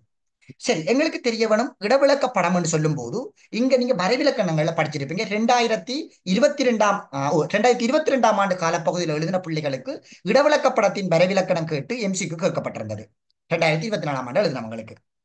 சரி, அப்ப இடவிளக்க படம் என்றா எங்களுக்கு என்னன்றது முதலாவது தெரிஞ்சிருக்க வேணும். என்ன? பௌதீக பண்பாட்டு அம்சங்களை ஒருமித்து ஒன்றாக காட்டுகின்ற படம் தான் எங்களுக்கு இடவிளக்க படம். அப்ப இந்த வரைவிலக்கணத்திலே எங்களுக்கு விடைகளை பிடிச்சிட்டோம். நாங்க என்னண்டு பௌதீக பண்பாட்டு அம்சங்களை ஒருமித்து ஒன்றாக காட்டும். அப்ப எங்களுக்கு தெரிய வேணும் இடவிளக்க படத்துக்குள்ள எப்பையும் பௌதீக பண்பாட்டு அம்சங்கள் உள்ளதான் இருக்கும். அதுலயே வரைவிலக்கணத்திலே வடிவா சொல்லப்பட்டிருக்குது. அப்ப பௌதீக பண்பாட்டு அம்சங்கள் எங்களுக்கு எங்க இருக்கும் சொன்னால் உள்ள இருக்கும். சரிதானே? அப்ப பௌதீக பண்பாட்டு அம்சங்களை தவிர ஏனைய விடயங்கள் எல்லாம் எங்களுக்கு வெளியில் அமைந்த தகவல்களாக இருக்கும். அப்ப நீங்க இங்க எம்சிக்கு வர விடைகளை வாசிக்கின்ற போது பௌதீக பண்பாட்டு அம்சங்கள் இருந்தால் அதை உடனே நீங்க என்ன செய்ய வேணும் என்றால் ரிஜெக்ட் பண்ணிக்கொள்ள வேணும். சரிதானே? இதுதான் எங்களுக்கு இருக்கிற மிக முக்கியமான விடயம். சரி, இப்ப நாங்க புற எல்லை தகவல்கள் எங்களுக்கு எப்படி இருக்குதுன்றதை பார்ப்போம். சரி, எங்களுக்கு புற எல்லை தகவல்களை பொறுத்த வரைக்கும் மிக முக்கியமான புற எல்லை தகவல்களை பொறுத்த வரைக்கும் எங்களுக்கு வட பகுதியிலையும் தென் பகுதியிலையும் எங்களுக்கு இருக்குது. வட பகுதியிலையும் தென் பகுதியிலையும் தான் எங்களுக்கு புற எல்லை தகவல்கள் மிக முக்கியமாக கொடுத்திருக்கிறாங்க. சரி, இந்த வடக்கு பகுதியிலையும் தெற்கு பகுதியிலையும் இருக்கிறத நாங்க சரியான வகையில 3 பிரதான பிரிவுகளாக பிரிக்கலாம். நாங்க இதை என்ன செய்யலாம்? 3 பிரதான பகுதிகளாக பிரிக்கலாம். இதையும் நாங்க என்ன செய்யலாம் என்றால் 3 பிரதான பகுதிகளாக பிரிக்கலாம். சரிதானே? பாருங்க, இதான் டெக்னிக்கல். சில டைம்ல உங்கள்கிட்ட கேட்பாங்க அப்படின்னு சொன்னால் இடவிளக்கப்படம் ஒன்றின் புற எல்லை தகவல்களின் வடகீழ் கால் முலையில் அமைய பெற்றுள்ள அம்சம் பின்வருவனவற்றுள் எது? அப்படியெல்லாம் கேள்வி கேட்பாங்க. நீங்க சீட்ஸ் பேப்பர், தொண்டமானார் பேப்பர், கொழும்பு வணிக பேப்பர் அல்லது உங்களுடைய மாகாண மட்ட பேப்பர்கள் எல்லாம் எடுத்து பார்த்தீங்கன்னா ஒரு புது புது டெக்னிக்களை பயன்படுத்தி உங்கள்கிட்ட கேள்விகள் கேட்பாங்க. அப்ப அதுக்கு உங்களுக்கு இந்த இடவிலக்க படங்கள் எப்படி அமைய பெற்றிருக்கின்ற மெத்தட் உங்களுக்கு கட்டாயம் தெரிஞ்சிருக்க வேணும். சரி, இதுகள்லாம் நான் படி உங்களுக்கு சொல்லி இருக்கிறேன். எங்களுக்கு தெரிய வேணும். இதுல வந்து பாத்தீங்கன்னு சொல்லி சொன்னால் படத்தினுடைய தலைப்பு இருக்கும், இதுல வந்து பாத்தீங்கன்னா படத்தினுடைய பெயர் இருக்கும், இதுல வந்து பாத்தீங்கன்னா படத்தினுடைய இலக்கம் இருக்கும். சரிதானே? இதுல படத்தினுடைய தலைப்பு போது 1/50,000 என்று சொல்லி எழுதப்பட்டிருக்கும். ஸ்ரீலங்கா 1/50,000 என்று இருக்கும். படத்தினுடைய பெயர் இருக்கும். இப்ப உதாரணமாக வந்து பாத்தீங்கன்னா பிபிலை என்றா பிபிலை என்று இதில் இருக்கும், அல்லது மானிப்பாய் என்றா மானிப்பாய் என்று இதில் இருக்கும். இப்ப பட இலக்கம் என்றால் அந்த படத்தினுடைய சீட் 0.1 சாரி 0.1. அதே மாதிரி வந்து பாத்தீங்கன்னு சொன்னால் 73. அதே நேரத்தில் வந்து பாத்தீங்கன்னு சொல்லி சொன்னால் என்னன்னு சொல்றது 12, 15 அப்படின்னு சொல்லி இதுல படங்கள் வந்து இதுல என்ன செஞ்சிருக்கும் என்றால் அதனுடைய இலக்கம் வந்து காட்டப்பட்டிருக்கும். அடுத்தது கீழ்ப்பகுதியை பொறுத்த வரைக்கும் இங்க 3 பிரதான அம்சங்கள் எங்களுக்கு 3 பகுதிகளாக பிரிச்சிருப்பாங்க. என்னடா பிள்ளைகள், இது கட்டாயம் தெரிஞ்சிருக்க வேணும் உங்களுக்கு. இந்த திசைகளை வச்சு கொண்டு உங்கள்கிட்ட கேட்பாங்க. இது வந்து வடக்கினுடைய மத்திய பகுதின்னு சொல்லுவாங்க. இது வடபகுதியில இது மத்திய பகுதி. இது வந்து பாத்தீங்கன்னா வடமேற்கால் மூலை என்று சொல்லுவாங்க. இது வந்து வடமேற்கால் மூலை. இது வந்து பாத்தீங்கன்னா வடகிழ் கால் மூலை. இந்த பகுதியில் இருக்கிறது வடகிழ் கால் மூலை என்று சொல்லுவாங்க. அதே நேரத்தில் வந்து பாத்தீங்கன்னா இதை வந்து பாத்தீங்கன்னா தென்கீழ் கால் மூலை. இது தென் பகுதியினுடைய மத்திய பகுதி. இது வந்து பாத்தீங்கன்னு சொன்னால் தென்மேற்கால் மூலை. இப்படி உங்களுக்கு திசைகளை வச்சு கொண்டு உங்களுக்கு புறையிலை தகவல்கள் வந்து கேட்பாங்க. சரி, இப்ப எங்களுக்கு தெரிய வேணும் கீழ்ப்பகுதிகளை பொறுத்த வரைக்கும் எங்களுக்கு இங்க வந்து இருக்கிறது. அதாவது வந்து தென்மேற்கால் முறையில வந்து பாத்தீங்கன்னா அளவு திட்டங்கள் இருக்கும், திசைகள் இருக்கும், அடுத்தது நிலளவு திணைக்களினுடைய லோகோ இருக்கும். சரிதானே? அதனுடைய லோகோ வந்து இங்க காட்டப்பட்டிருக்கும். இந்த மத்திய பகுதியில அமைவிடங்கள் இருக்கும், தனி அமைவிடம், சார்பு அமைவிடம் ரெண்டும் நடுப்பகுதியில காட்டப்பட்டிருக்கும். இங்கால வந்து பாத்தீங்கன்னா குறியீட்டு விளக்கங்கள் வந்து காணப்படும். இந்த பகுதிகள் அதாவது தென்கள் கால் முறையில குறியீட்டு விளக்கங்கள் வந்து காட்டப்பட்டிருக்கும். அப்ப உங்களுடைய பேப்பர்கள் என்ன செஞ்சிருப்பாங்க, இப்படி திசைகள் வச்சுக்கொண்டும் இந்த புறையிலை தகவல்கள் கேட்பாங்க. அப்ப இதுல நான் உங்களுக்கு நிறைய விஷயங்களை வந்து கதைச்சிருக்கிறேன், அதுகளை நோட் பண்ணி வச்சுக்கொள்ளுங்க. சரி, இப்ப எங்களுக்கு தெரிய வேண்டும், நாங்க ஒவ்வொரு விடயங்களையும் நாங்க ரிஜெக்ட் பண்ணுவோம். புகையிரத நிலையம். புகையிரத நிலையத்தை பொறுத்த வரைக்கும் நாங்க படப்பகுதிக்கு உள்ளதான் பார்ப்போம். இது ஒரு பண்பாட்டு அம்சம். ஆகவே பார்த்த உடனே இது ரிஜெக்ட், ஆகவே வராது. திசை எங்களுக்கு தெரியும், திசை வந்து வெளியில் இருக்கிறது. இது பௌதிக அம்சமும் இல்ல, பண்பாட்டு அம்சமும் இல்ல. அதனாலே திசைகளை நாங்க பொதுவாக எடுத்து சொல்ல முடியாது. அடுத்தது அளவு திட்டங்கள், நாங்க அதை எடுத்து சொல்ல முடியாது. அடுத்தது வந்து சமூக கோடுகள். சமூக கோடுகளை பொறுத்த வரைக்கும் நாங்க பௌதிக அம்சமாக இருக்கிற தரை தோற்றங்களை நாங்க எடுத்து காட்டுறதுக்கு நாங்க சமூக கோடுகளை பயன்படுத்துவோம். எங்களுக்கு தெரிய வேணும் கடந்த கால பகுதிகள், குறிப்பாக வந்து பாத்தீங்கன்னு சொல்லி சொன்னால் 2019ஆம் ஆண்டு சாரி 2020ஆம் ஆண்டு காலப்பகுதியில இந்த சமூக கோடுகள் தொடர்பான வினா பகுதிகள் எல்லாம் எங்களுக்கு வரப்பட்டிருக்குது. நான் உங்களுக்கு பாஸ் பேப்பர்களையும் வெட்டி தந்திருக்கிறேன். சரிதானே? பாஸ் பேப்பர்ல எப்படி எப்படி கேள்வி வருகுதுன்றதையும் நான் உங்களுக்கு வெட்டி ஒரு புக்ஸா தந்திருக்கிறேன். ஒவ்வொரு அழகுக்கு கீழே அதுகளை பார்த்தீங்கன்னா விளங்கும். எங்களுக்கு சமூக கோடுகள் தொடர்பாக எல்லாம் எங்களுக்கு கேள்விகள் வரப்பட்டிருக்குது. சோ நான் உங்களுக்கு நோட்டும் தந்திருக்கிறேன் சமூக கோடுகள் தொடர்பாக. சோ அதுகளை பத்தி நம்ம கதைக்க வேண்டிய தேவைப்பாடுகள் இருக்காது. மற்ற கிளாஸுக்கு போன பிள்ளைகள் நீங்க எங்கேயோ ஒரு வகையில சமூக கோடுகள் பத்தி படிச்சிருப்பீங்க. சோ அதுகளை வடிவா தெரிஞ்சு வச்சுக்கொள்ளுங்க. ஆகவே சமூக கோடுகளும் உள்ளுக்கதான் இருக்கும், வெளியே இருக்காது. பயிற்சிகை எங்களுக்கு தெரியும், உள்ள இருக்கும். வன ஒதுக்கீடு உள்ள இருக்கும். குறியீட்டு விளக்கங்கள் வெளியே இருக்கும். அளவு திட்டங்கள் வெளியே இருக்கும். ஆகவே இது ரெண்டும் பேரும், இது ரெண்டும் பெறாது. முன்னுக்கு இருக்கிற ரெண்டும் பெறாது, பின்னுக்கு இருக்கிற ரெண்டும் பேரும். ஆகவே நாங்க ரெண்டாவது விடையும் சூஸ் பண்ண இயலாது. மூணாவது அமைவிடம். அமைவிடம் இங்க பாத்தீங்கன்னா எங்களுக்கு நடுப்பகுதியில் இருக்கும். தென் பகுதியினுடைய மத்திய பகுதியில் இருக்கிறதால நாங்க அமைவிடத்தை சொல்ல முடியும். திசைகள் எங்களுக்கு தெரியும். படத்தினுடைய தலைப்பு வெளியில இருக்குது. படத்தினுடைய இலக்கம் எங்களுக்கு வெளியில தான் இருக்குது. ஆகவே சரியான விடையாக அமைய போறது வந்து பாத்தீங்கன்னா மூணாவது. மற்றதுல சிறு வீதிகள், நடைபாதைகள் எல்லாம் படப்பகுதிக்கு உள்ள இருக்கிறது. அடுத்ததுல மற்ற ரெண்டும் வெளியே இருக்கும். அமைக்கப்பட்ட பிரதேசம் வந்து பாத்தீங்கன்னா படப்பகுதிக்கு உள்ளே இருக்கும். படத்தினுடைய தலைப்பு வெளியே இருக்கும், நிர்வாக எல்லை வெளியே இருக்கும், திசை வந்து வெளியே இருக்கும். ஆகவே இங்க படப்பகுதிக்கு வெளியே இருக்கிற அம்சங்கள் வந்து பாத்தீங்கன்னா மூணாவதாக இருக்கும். இப்ப சொன்னதுல யாருக்கும் எதுவும் சந்தேகங்கள் எதுவும் இருக்கிறார்கள் இல்ல, எதுவும் டவுட் எதுவும் கேட்க போறார்கள் கேட்கலாம். சார், கேளுங்க. நிர்வாக எல்லை உள்ளுக்கம் இருக்குமா? நிர்வாக எல்லைகளை பொறுத்த வரைக்கும் பிள்ளைகள் நாங்க இப்ப என்னன்னு சொல்றது, ஆஹ் அது வந்து பெரும்பாலும் நாங்க நிர்வாக எல்லைகளை பொறுத்த வரைக்கும் நாங்க வெளி அம்சங்கள்ல தான் எடுத்து கதைப்போம். இப்ப நிர்வாக எல்லை என்ற கூட உள்ளுக்கையும் இருக்குது. ஆனா நாங்க எங்க வச்சு கதைக்கிறது, பெரும்பாலும் நாங்க வெளியில இருந்து இருக்கிற விஷயங்களை வச்சுதான் நாங்க கூட கதைக்கிறது. ஏன்னா வெளியில இருக்கிற விஷயங்களை தான் அவங்க என்ன செஞ்சிருக்கிறாங்க என்றால் உள்ள அதை வந்து சரியான வகையில வந்து எடுத்து காட்டியிருக்கிறாங்க. சரிதானே? அப்ப இதை நீங்க நிர்வாக எல்லைகள் என்று சொல்லும் போது நீங்க அதை வெளியில தான் எடுத்து பார்க்க வேணும். சரிதானே? நான் சொன்ன மாதிரி தான் இப்ப ஓகே பௌதிக பண்பாட்டு அம்சங்களை பொறுத்த வரைக்கும் பிள்ளைகள் நீங்க பொதுவாக என்ன செய்ய வேணும் என்று சொல்லி சொன்னால் அதுகளை உள்ளுக்க பார்க்க வேணும் பௌதிக பண்பாட்டு அம்சங்களை. மற்ற விடயங்கள் எல்லாத்தையும் நீங்க என்ன செய்ய வேணும் என்று சொல்லி சொன்னால் வெளி விடயங்களுக்குள்ள எடுத்து வச்சுதான் கதைக்க வேணும். சரி, இப்ப எங்களுக்கு இந்த 2024ஆம் ஆண்டு காலப்பகுதியில எங்களுக்கு ஸ்கீம்ல கொடுக்கப்பட்டிருக்குது இந்த புறையிலை தகவல்கள் தொடர்பாக ஸ்கீம்ல கொடுக்கப்பட்டிருக்கிற விடயங்களை ஒருக்கா பார்ப்போம். அதை பார்த்தீங்கன்னா உங்களுக்கு இன்னும் ஒரு கிளியரான விளக்கம் ஒன்று உங்களால பெற்றுக்கொள்ளக்கூடிய மாதிரி இருக்கு. பாருங்க, வடிவா கொடுத்துருப்பாங்க ஸ்கீம்ல. சரி, அந்த டவுட் கேட்ட பிள்ளைக்காண்டி இதை விளங்கப்படுத்தி வர்றேன். சரி, இப்ப இதுல பாத்தீங்கன்னா உங்களுக்கு விளங்கும். பாருங்க என்னென்ன விஷயங்கள் இங்க கொடுத்திருக்கிறாங்க என்ற விஷயங்களை கூட மென்ஷன் பண்ணிக்கொள்ளுங்க. இவங்க இங்க 3 கொடுத்திருக்கிறாங்க. இங்க படத்தினுடைய தலைப்பு, இங்க படத்தினுடைய பெயர், இங்க படத்தினுடைய இலக்கம், இங்க வந்து பாத்தீங்கன்னா அளவு திட்டம், அதாவது 2 அளவு திட்டம் இருக்கும். ஒன்று நேர்கோட்டு அளவு திட்டம், விகிதாசார அளவு திட்டம் இருக்கும். அடுத்தது திசை இருக்கும், அடுத்தது அமைவிடம் இருக்கும், நிர்வாக எல்லைகள் இருக்கும், குறியீட்டு விளக்கம் இருக்கும். இதுதான் வெளியமைந்த விடயங்களாக வந்து இருக்கும். பாருங்க பிள்ளை, இந்த ஸ்கீம்ல எப்படி கொடுத்திருக்காங்க. குறித்தலுக்கு 0.5 புள்ளி, பெறுறதுக்கு 0.5 புள்ளி, மொத்தமாக உங்களுக்கு 3 புள்ளி. அப்ப இந்த விஷயங்கள் எல்லாம் நான் சொல்லியிருக்கேன். ஒவ்வொரு வினாக்கள் செய்யும் போது நாங்க புள்ளிகளைத்தான் நாங்க எடுக்கிறது பத்தி யோசிக்க வேணும். சும்மா எழுதி கொண்டு போற கட்டுக்கட்டா எழுதுறதுல பிரயோசனம் இல்லை.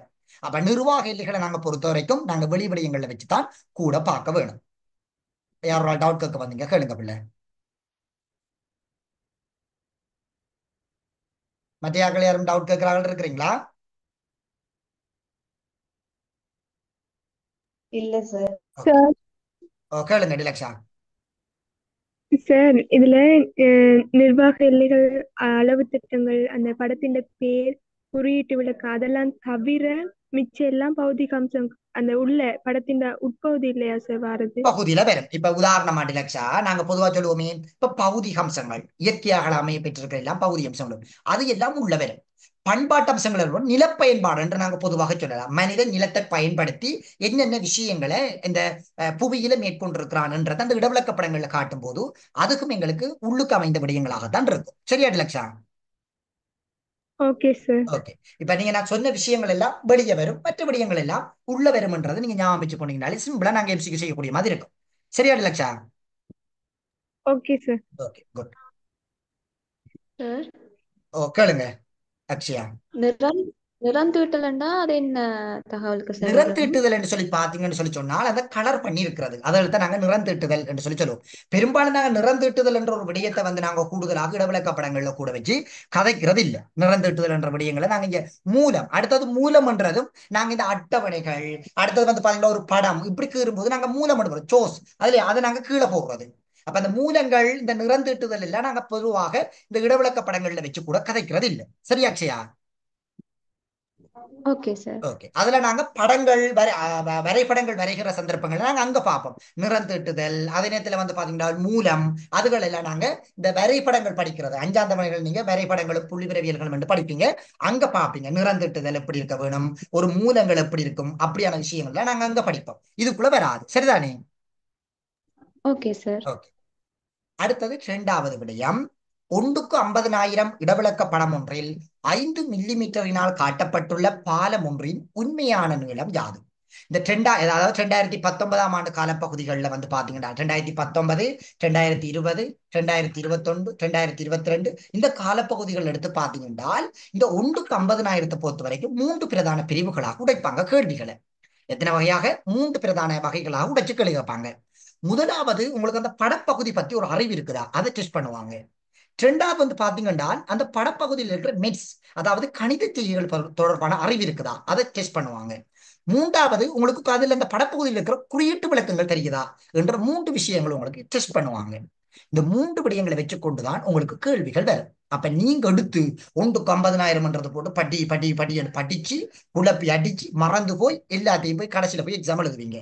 இந்த 3 விடயத்தின் கீழே படிச்சோம்னு சொல்லி சொன்னால் சிம்பிளா செய்து கொண்டு போகலாம். இதுல பௌதிக பண்பாட்டு அம்சங்கள்ன்றது அவ்வளவு பெரிய கஷ்டமான விடயம் இல்லை. ஒரு சின்ன ஒரு விஷயம், இயற்கையாக அமைந்த பௌதிகம் மனிதனால் உருவாக்கப்பட்ட பண்பாடு, ஒரு சின்ன ஒரு விஷயம் அது. அதை பத்தி நம்ம கதைக்க வேண்டிய தேவைப்பாடுகள்ல இது 1:50,000 பொறுத்த வரைக்கும் எப்படி கேள்விகள் உங்கள்கிட்ட கேட்கிறாங்க, பிரிச்சு பிரிச்சு பிரிச்சு எப்படி கேட்கிறாங்க என்று அந்த டெக்னிக்ல உங்களால வந்து புரிஞ்சு கொள்ளக்கூடிய மாதிரி இருக்கும்.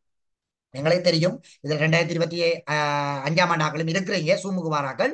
இப்ப அந்த பிள்ளைகளுக்கு தெரியும் எம்சிக்கு பகுதிகள் கொடுத்து கொண்டு போறேன். இப்ப மானிட புவியியலை பொறுத்த வரைக்கும் 275 கொடுத்துருக்கிறேன். பகுதிய புவியியலை பொறுத்த வரைக்கும் 445 எம்சிக்கு கொடுத்துருக்கேன். அவ்வளத்தையும் வடிவா படிச்சாலே போதும். எம்சிக்யூல ஒரு பிரச்சனை கூட வராது. அவ்வளவும் தேடி தொகுத்து கொடுத்துருக்கேன் அந்த பிள்ளைகளுக்கு. என்னால முடிஞ்ச வரைக்கும் அந்த பிள்ளைகளுக்கு ஃபுல்லா ஹெல்ப் பண்றேன். அதே போல காலையில உலகப்படமும் எம்சிக்கு பகுதியும் கொண்டு போறேன்னா முதல் இடவிளக்க படங்கள் கொண்டு போனா இப்ப இவங்க எல்லாருக்குமே தெரியும் என்றதாலதான் நான் இடவிளக்க படங்களை தற்காலிகமா ஸ்டாப் பண்ணி வச்சிருக்கேன்.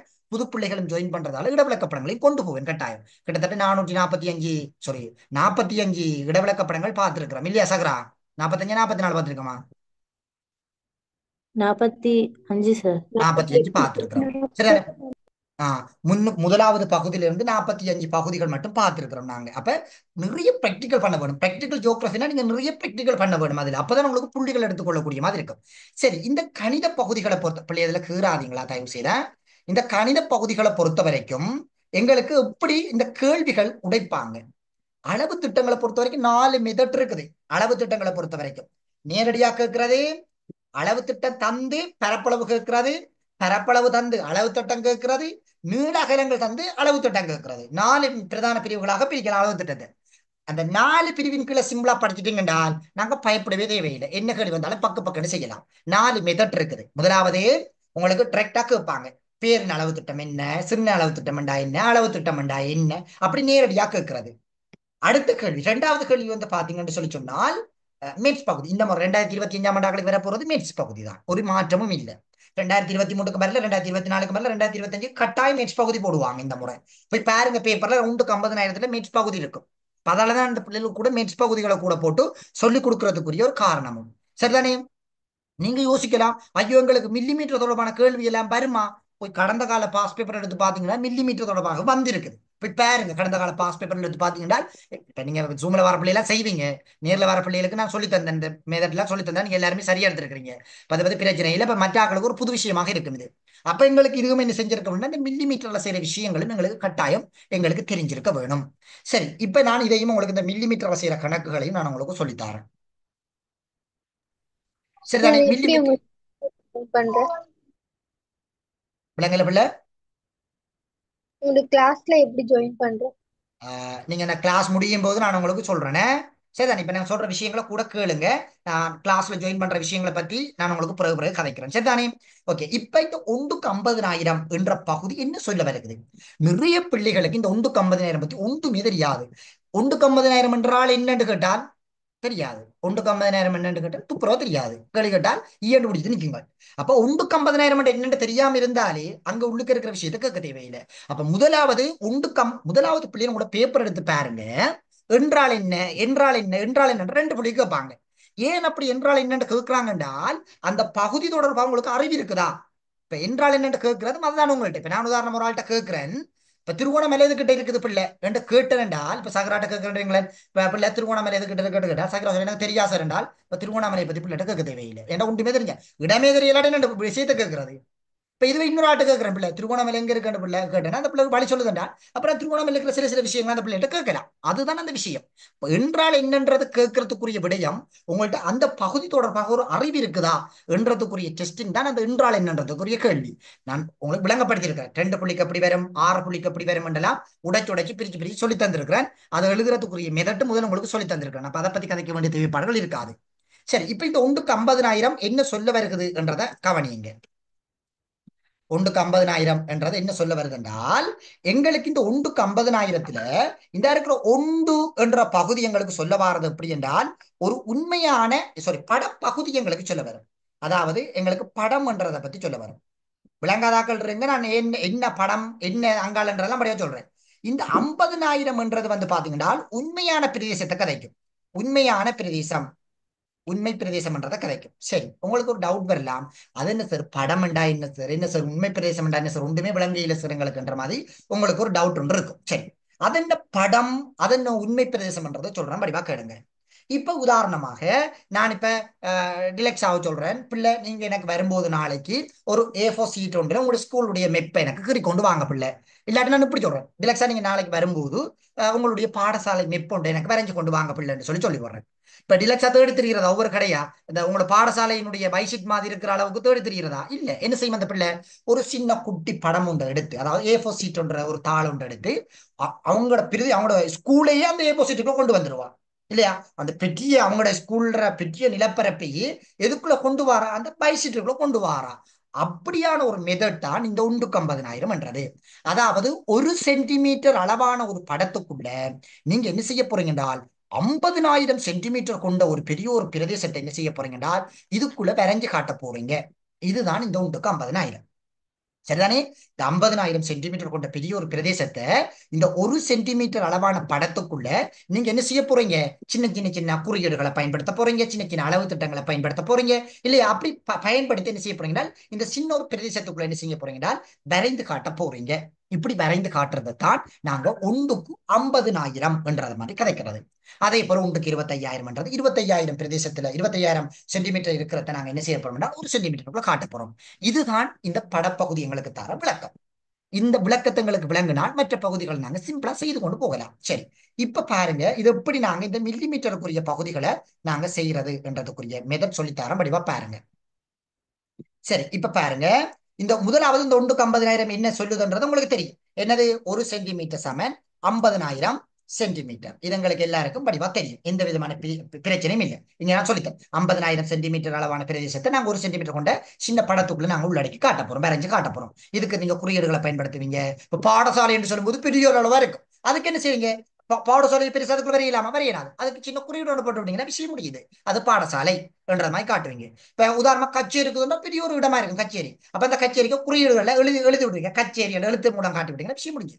ஹாஸ்பிட்டல் பெரிய ஒரு நிலப்பரப்பா இருக்கும். ஹாஸ்பிட்டலுக்கு ஒரு குறியீடை போட்டு விட்டீங்கன்னா அந்த இடத்துல ஹாஸ்பிட்டல் இருக்குன்றதை கண்டுபிடிக்கிறது. அப்படி சின்ன சின்ன குறியீடுகள் சின்ன சின்ன எழுத்துடுதல் மூலம் இதுல காட்டுறது தான் நாங்க இந்த படப்பகுதிக்குள்ள உள்ளடக்கிறது இந்த பெரிய ஒரு பிரதேசத்தை. சரி, இப்ப 1 சென்டிமீட்டர் அளவான படத்துக்குள்ள 50,000 சென்டிமீட்டர் கொண்ட பிரதேசத்தை உள்ளடக்கிறார். இந்த விஷயத்தை தான் பிள்ளைங்க நீங்க கன்வெர்ட் பண்றீங்க. இந்த விஷயத்தை நீங்க எப்படி கன்வெர்ட் பண்றீங்க? இது ஒரு மெட்ஸ் பகுதி. சரி, சில பிள்ளைகள் பாடமாக்கி வைக்கும், சில பிள்ளைகள் விளங்கி வைக்கும். எனக்கு இந்த பாடமாக்குற பிள்ளைகள் என்னன்னு சொன்னால் ஃபைனல் எக்ஸாம்பிள் போய் கேள்விகளை மாத்தி விட்டாங்கன்னா டவுன், கேள்விகளை மாத்தி விட்டாங்கன்னா அந்த பிள்ளைகள் டவுனா போயிடும். அப்ப இது என்ன சொல்ல வருதுன்ற விஷயத்தை விளங்கி வச்சுட்டீங்க என்றால் நாங்க சிம்பிளா செய்து கொள்ள முடியும். சரி, இப்ப பாருங்க எங்களுக்கு படப்பகுதி மாறாது. நான் இந்த சென்டிமீட்டர் பிள்ளைகள் மீட்டருக்கு, மில்லிமீட்டருக்கு, கிலோமீட்டருக்கு கன்வெர்ட் பண்ண போறேன். அவ்வளவுதான் விஷயம் எனக்கு. சரி, எனக்கு தெரிய வேணும் என்னன்னு சொல்லி சொன்னால் 100 சென்டிமீட்டர் சமன் 1 மீட்டர். 100 சென்டிமீட்டர் சமன் 1 மீட்டர். அப்ப எனக்கு தெரிய வேணும் நான் இதை மீட்டருக்கு மாற்ற வேணும் என்றால் இதை நான் என்ன செய்ய வேணும் என்றால் 100ஆல பிரிக்க வேணும். இதை நான் என்ன செய்ய வேணும்? 100ஆல பிரிச்சு விட்டேன்னு சொல்லி சொன்னால் எனக்கு மீட்டர் வரும். எனக்கு என்ன வரும்? மீட்டர் வரும். அப்ப எனக்கு தெரிய வேணும் இந்த 50,000 சென்டிமீட்டரை நீங்க 100ஆல பிரிச்சு விட்டீங்கன்றால் எங்களுக்கு 500 மீட்டர் என்றது வரும். அப்ப நான் மீட்டருக்கு மாத்திட்டேன். சரிதானே? அடுத்தது கிலோமீட்டருக்கு மாத்த போறேன். சரி, 1 சென்டிமீட்டர் படப்பகுதி எப்பயுமே மாறாதுன்னு சொல்லி சொன்னா 1 சென்டிமீட்டர் சமன் எங்களுக்கு தெரிய வேணும் 1000 மீட்டர் சமன் 1000 மீட்டர் சமன் எங்களுக்கு 1 கிலோமீட்டர். அப்ப 500 மீட்டரை நீங்க என்ன செய்யணும்னு சொல்லி சொன்னால் 1000ஆல பிரிக்க வேணும். என்ன செய்வீங்க? 1000ஆல பிரிச்சுட்டீங்கன்னு சொன்னால் உங்களுக்கு கிலோமீட்டர் வரும். அப்ப என்ன செய்ய போறீங்க? இங்க 500 கீழ் 1000 என்று பிரிப்பீங்க. பிரிச்சு பாத்தீங்கன்னா சரி சிம்பிளான விஷயம் உண்டு. இங்க நீங்க 500க்குள்ள ஒரு முறை, 1000க்குள்ள 2 முறை, 500 2 முறை இருக்கும். அப்ப எங்களுக்கு தெரிய வேணும் 1/2 கிலோமீட்டர் என்று சொல்லி வரும். எத்தனை கிலோமீட்டர் வரும்? 1/2 கிலோமீட்டர் என்று சொல்லி வரும். இதுதான் உண்மையான விளக்கம். இந்த உண்மையான விளக்கத்தை தான் என்ன பிள்ளைகள் கேட்டால் 1/50,000 என்ன பிள்ளைகள்? சார் 2 சென்டிமீட்டர் சமன் 1 கிலோமீட்டர் சார் 2 சென்டிமீட்டர் சமன் அப்ப 1/10,000 என்ன பிள்ளைகள் கேட்டா தெரியாது. 1/5000 என்று கேட்டா தெரியாது. 1/2000 என்று கேட்டால் தெரியாது. 1/25,000 என்று கேட்டா தெரியாது. ஏன்னா பாடமாக்கி வச்சிருக்க அப்படி செய்து கொண்டு போகுதுகள். இந்த விஷயம் தெரிந்தால் நீங்க எந்த ஒரு அளவு திட்டத்தையும் கன்வெர்ட் பண்ணலாம். இதுதான் இந்த மெத்தட். சரி, இப்ப எங்களுக்கு தெரிய வேணும் இப்ப 1 சென்டிமீட்டர் சமன் 1/2 கிலோமீட்டர் என்று சொல்லி சொன்னால் 1 கிலோமீட்டர் எத்தனை சென்டிமீட்டர் எங்களுக்கு கண்டுபிடிக்க வேணும். இது இப்ப உங்களுக்கு 1/50,000 பார்த்த உடனே செஞ்சிருவீங்க பக்கண்டு. ஏன்? 1/2க்கு 1 என்றால் 1க்கு 2 தானே சார் வரும்ன்றத பக்கண்டு கண்டுபிடிச்சிருவீங்க. இதுவே 1க்கு 5000 தந்தால் 1க்கு 2500 தந்தால் 1க்கு என்னன்னு சொல்றது 12,500 தந்தால் இங்க எங்களுக்கு பின்னத்துல வரும் குழம்பு படுத்து நிற்பீங்க. அதுக்குத்தான் நான் ஒரு சின்ன ஒரு டெக்னிக்கல் ஒன்று சொல்லி தரேன். அப்படின்றால் உங்களுக்கு தெரியும் 1 சென்டிமீட்டர் சமன் ஒரு சென்டிமீட்டர் சமன். இதுக்கு கணித பகுதியெல்லாம் படிக்கிற தேவைப்படையில பிள்ளைகள். முதலாவது அரை என்று சொல்லி எழுதுவீங்க. ஒரு சென்டிமீட்டர் சமன் அரை கிலோமீட்டர். இப்ப நீங்க இதை ஒரு கிலோமீட்டருக்கு மாத்த வேணும் என்றால் இந்த கீழே இருக்கிற இந்த இலக்கத்தால நீங்க அதை பெருக்க வேணும். இதை பெருக்குனீங்கன்னா இது எங்களுக்கு உண்டா மாறும் இல்லையா? நீங்க மேட்ச் பகுதியில் படிச்சிருப்பீங்க. ஆகவே இதை நீங்க என்ன செய்வீங்கன்னா 2ஆல பிரிப்பீங்க. இங்க 4 வரும் என்றால் 4ஆல பெருக்குவீங்க. இங்க 5 வரும் என்றால் 5ஆல பெருக்குவீங்க. இங்க 10 வரும் என்றால் இங்க 10ஆல பெருக்குவீங்க. அப்ப இங்க சமனுக்கு இங்கால என்ன வேலை செய்றீங்களோ சமனுக்குங்கால அதே வேலை செய்வீங்க. அப்ப 1 தர 2 பெருக்குவீங்க. ஆகவே 2 சென்டிமீட்டர் சமன் இதுக்கும் எங்களுக்கு வெட்டுப்பட்டு போக எங்களுக்கு 1 கிலோமீட்டர் மிஞ்சும். ஆகவே 2 சென்டிமீட்டர் சமன் எங்களுக்கு 1 கிலோமீட்டர் என்று வரும். 2 சென்டிமீட்டர் சமன் எங்களுக்கு 1 கிலோமீட்டர் என்று வரும். இதுதான் எங்களுடைய விளக்கம். அடுத்தது மில்லி மீட்டருக்கு மாத்துறது. எங்களுக்கு அடுத்தது என்னது? மில்லி மீட்டருக்கு மாத்துறது. எங்களுக்கு தெரியும் 10 மில்லி மீட்டர் சமன் எங்களுக்கு 1 சென்டிமீட்டர். 10 மில்லி மீட்டர் சமன் எங்களுக்கு தெரியும் ஒரு சென்டிமீட்டராக இருக்கும். அதுல எங்களுக்கு எந்த விதமான மாற்றங்களும் எங்களுக்கு இல்லை. சரி, இப்ப நீங்க இதை கேட்டால் இது நான் நிறைய அந்த பிள்ளைகளுக்கு டெக்னிக்கல் சொல்லி கொடுத்துருக்கிறேன். நேரடி வர பிள்ளைகளுக்கு தெரியும். எங்களுக்கு தெரிய வேணும் 1க்கு 50,000 1 மில்லி மீட்டர் சமன் எங்களுக்கு 50 மீட்டராக வந்திருக்கும். இதுவே 1க்கு 25,000 பாத்தீங்கன்னா 1 மில்லி மீட்டர் சமன் 27 மீட்டராக இருக்கும். அதே போல ஒரு 1க்கு 1,00,000 எடுத்து பாத்தீங்கன்னு சொல்லி சொன்னால் 1 சென்டிமீட்டர் 1 மில்லி மீட்டர் சமன் 100 மீட்டராக இருக்கும். இப்படித்தான் எங்களுடைய அளவு திட்டங்கள் பகிர்ந்தளிக்கப்படுற மெத்தட். சரி, இப்ப உங்கள்கிட்ட கேள்வி என்னன்னு சொல்லி பாத்தீங்கன்னு சொல்லி சொன்னால் படியா பாருங்க. இப்ப கேள்விக்கு வரோம். இப்ப கேள்வி பாத்தீங்கன்னு சொல்லி சொன்னால் சிம்பிளால உங்களால விளங்கிக் கொள்ளக்கூடிய மாதிரி இருக்கும். இப்ப பாருங்க. இப்ப எங்களுக்கு தெரிய வேணும் 1 மில்லி மீட்டர் சமன் 50 மீட்டர். ஆகவே எங்களுக்கு 5 மில்லி மீட்டர் சமன் எங்களுக்கு எத்தனை மீட்டராக இருக்க போகுது? 250 மீட்டராக இருக்கும். 250 அப்ப எங்களுக்கு 250 மீட்டர் என்றால் எங்களுக்கு எத்தனை கிலோமீட்டராக வரும்? 1/4 கிலோமீட்டர். 1/4 1/4 கிலோமீட்டராக வரும். கிலோமீட்டர். 1/4 கிலோமீட்டராக வரும். இதான் விஷயம். இதைத்தான் உங்கள்கிட்ட அந்த கேள்வி பேப்பர்ல போட்டது. இது ஒரு சின்ன ஒரு விஷயம். இதுல எல்லாருமே சரியா எடுத்திருக்கிறீங்க. இதுல யாருக்கும் பிழைன்றதுக்கு இல்ல. எல்லாருமே சரியா எடுத்திருக்கிறீங்க. சரிதானே? அப்ப அதால பிரச்சனை இல்லை அந்த பேப்பர் செய்யறவங்களுக்கு. 3வது குறியீடு. இந்த முறை 2024ஆம் ஆண்டு ஆக்களுக்கு இந்த முறை குறியீடுகள் ஒரு கட்டாயமான வினா பகுதிகள் என்று சொல்லியிருக்கிறேன். குறியீடுகளை நாங்க ஒரு 3 மெதட் அடிப்படையில உடைக்கலாம். குறியீடுகளை பொறுத்த வரைக்கும் ஒரு 3 மெதட் இருக்குது. அந்த 3 மெதட் அடிப்படையில உங்கள்கிட்ட கேள்வி கேட்பாங்க. முதலாவது குறியீட்டை வச்சுக்கொண்டு அம்சத்தை கேட்கிறது. 2வது அம்சத்தை வச்சுக்கொண்டு குறியீடு கேட்கிறது.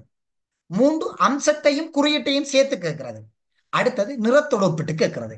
இந்த 4 மெதட், 3ல 4 மெதட்டா, இந்த 4 மெதட் அடிப்படையில உங்கள்கிட்ட கேள்விகள் வரும்.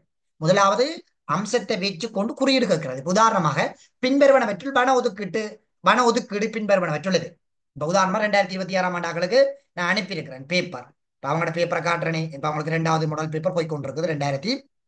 2026ஆம் ஆண்டாக்களுக்கு அவங்களுக்கு 2வது மாடல் பேப்பர் போய் கொண்டிருக்குது. அவங்களோட பேப்பரை காட்டுறீங்களேன். இப்படி கேட்பாங்க. இந்த மெதட்ல கேட்கிறது ஒரு மெதட். உங்களுக்குரியதுல 2026ஆம் ஆண்டாக்களுக்குரியதா. இப்ப இப்படி கேட்கிறது எப்படி என்றால் குறியீட்டை வச்சு அம்சத்தை கேட்கிறது எப்படி என்று சொல்லி வாரன்ற இது ஒரு மெத்தட். இது ஒரு மெத்தட் அடிப்படையில் உங்களுக்கு போட்டிருக்கிறேன். அப்ப இப்படி 4 மெத்தட் அடிப்படையில் என்ன செய்வாங்கன்னு சொல்லி சொன்னால் கேள்விகள் கேட்பாங்க. சரிதானே? 4 மெத்தட் அடிப்படையில பாத்தீங்கன்னு சொல்லி சொன்னால் இந்த கேள்விகள் கேட்டுக்கொண்டு போற நிலப்பாடுகள் நீங்க கூட பார்த்துக் கொள்ளக்கூடிய மாதிரி இருக்கு. சரிதானே? அப்ப எங்களுக்கு தெரிய வேணும் பேப்பருக்கு எப்படி நாங்க ப்ரிப்பேர் ஆகும்ன்றதா எங்களுக்கு முக்கியமானதாக இருக்கு. இந்த 1க்கு 50,000 இடவிளக்க படத்தில் மாற்றி அமைக்கப்பட்ட குறியீட்டின் அடிப்படையில் அதிவேக பாதையின் நிறமாக கருதப்படக்கூடியது எது? எது அதிவேக பாதையினுடைய குறியீடு? நிறம் என்ன? ஊதா. ஊதா. சரி, எங்களுக்கு தெரிய வேணும் மாற்றி அமைக்கப்பட்ட குறியீடுகள் 2022ஆம் ஆண்டு காலப்பகுதியில ஒரு குறியீடு வந்திருந்தது. பாப்போம் கெட்டித்தனமானாக்கள் யாருன்றது. மாற்றி அமைக்கப்பட்ட குறியீடுகள்ல 2022ஆம் ஆண்டுல ஒரு வினா வரப்பட்டிருந்தது. தெரியுமன்றார்கள் பாப்போம். எந்த எந்த குறியீடு போட்டிருந்தவங்க 2022ஆம் ஆண்டு ஆக்கள்? எது? வரலாற்று இல்ல இல்ல இல்ல. மாற்றி அமைக்கப்பட்ட குறியீடுகள் 2022ஆம் ஆண்டு ஆக்களுக்கு போட்டவங்க.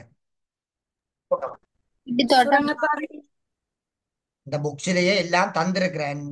படிவா படிங்க. சரிதானே? இப்ப 2022ஆம் ஆண்டு குறியீடு எடுப்போமே. சரி, இந்த இருக்க அந்த குறியீடு 2022-23ஆம் ஆண்டுகளுக்கு வினா.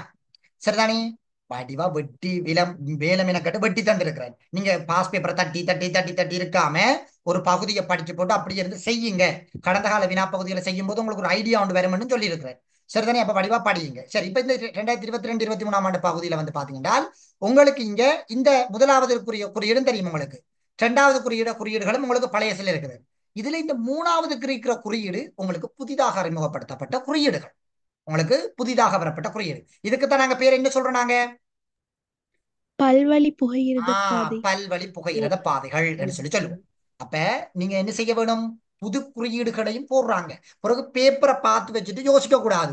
ஐயோ சார், எனக்கு இதை சொல்லித்தர இல்லையே, ஐயோ சார் நான் இப்படி ஒரு குறியீடு எனக்கு சொல்லித்தரலையே என்று போட்டு மிலாந்தி கொண்டு நிக்கிறேன் இல்லை. அப்ப சொல்ற விஷயங்களை வடிவா கேட்டீங்கன்னா புது குறியீடுகளையும் வடிவா படிக்க வேணும். ஏன்னா பேப்பரையும் போட்டுட்டாங்க, அப்ப உங்களுக்கு போடலாம்.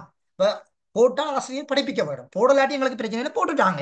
அப்ப நாங்க புது குறியீடுகளையும் கட்டாயம் தெரிஞ்சிருக்க வேணும். சரிதானே? ஓகே. இப்ப எங்களுக்கு தெரிய வேணும், இந்த ஊதா கலர்ல வந்து காட்டப்படும் எப்படி இருக்கும் என்று பாத்தீங்கன்னா இது ஈ என்ற அடையாளத்தின் மூலம் காட்டப்படும். ஊதாவால இப்படி ஈ என்ற அடையாளத்தின் மூலம் காட்டப்படுறது தான் நாங்க அதிவேக புகையிரத பாதைகள் என்று சொல்லி சொல்லுவோம். இப்படி ஈ என்றதால வந்து அடையாளப்படுத்தப்பட்டிருக்கும் ஊதா நிறத்தால. சரிதானே? ஓகே. சரியான விடை வந்து பாத்தீங்கன்னா ஊதா. அடுத்தது 4வது. இந்த முறை குறிப்பாக கடந்த கால வினாப்பா பேப்பர்கள் எடுத்து பார்த்தீங்கன்னா குறிப்பாக 2 வருட கால பகுதிகள் எங்களுக்கு இந்த பூகோள இடைநிலைப்படுத்தல் வினாக்கள் தொடர்பாக எங்களுக்கு வினாக்கள் வர இல்லை. சரிதானே? 2 வருடங்கள் எங்களுக்கு இந்த வினாக்கள் தொடர்பாக எங்களுக்கு வர இல்லை. இந்த முறை 2025ஆம் ஆண்டு ஆக்களுக்கு ஒரு பிரதான ஒரு விஷயமாக வந்து இந்த பூகோள இடைநிலைப்படுத்தல் முறைமைகள் இருக்கும். அதுக்கான சொல்றேன், ஜிஎஸ் வராதா சார் கேட்கிறீங்க. ஏன்னா நான் முன்னுக்கு சொல்லித்தேன், ஜிஎஸ் தான் நாங்க கதாநாயகன். நவீன படவரைகளை அல்ல. ஜிஎஸ் விட்டு படிச்சால் நீங்க நினைக்க வேண்டியதாங்க எம்சிக்குள்ள சொதப்ப போறீங்கன்றது.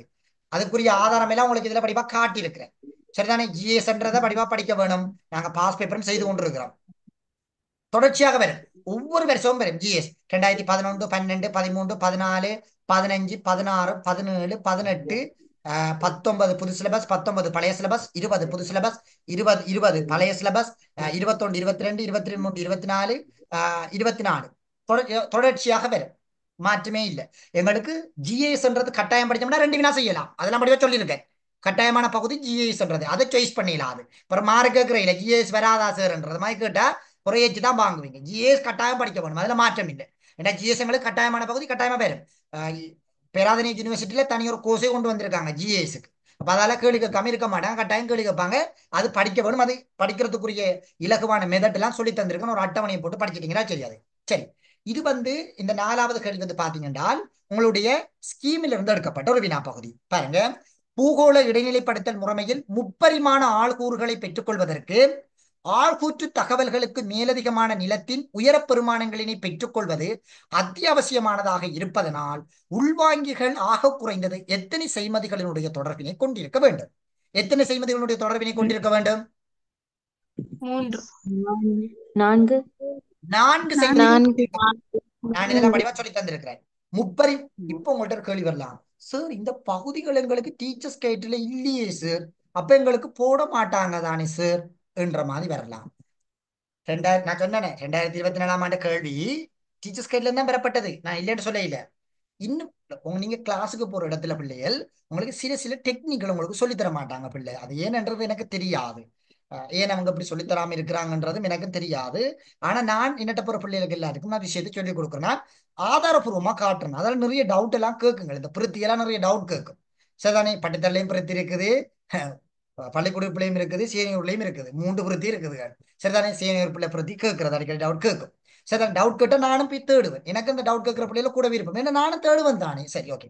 இப்ப நான் ஒரு உதாரணம் உங்களுக்கு எடுத்து காட்டுறேன். என்னென்றால் கட்டாயம் ஸ்கீம் கிளியர் பண்ண வேணும். நீங்க ஸ்கீம் கிளியர் பண்ணாம இருந்தீங்க என்றால் தயவு செய்து என்னட்ட கிளாஸுக்கு வராத பிள்ளைகள் உண்மையிலே நீங்க மார்க்ஸ்கள் நல்ல மார்க்ஸ்களை ஸ்கோர் பண்ண வேணும் என்றால் ஸ்கீமை கிளியர் பண்ணுங்க. சரி, ஒரு எடுத்துக்காட்டு மட்டும் உங்களுக்கு காட்டுறேன். ஒரு எடுத்துக்காட்டு காட்டணும் என்றால் உங்களுக்கு ஒரு ஐடியா வந்து வரும்.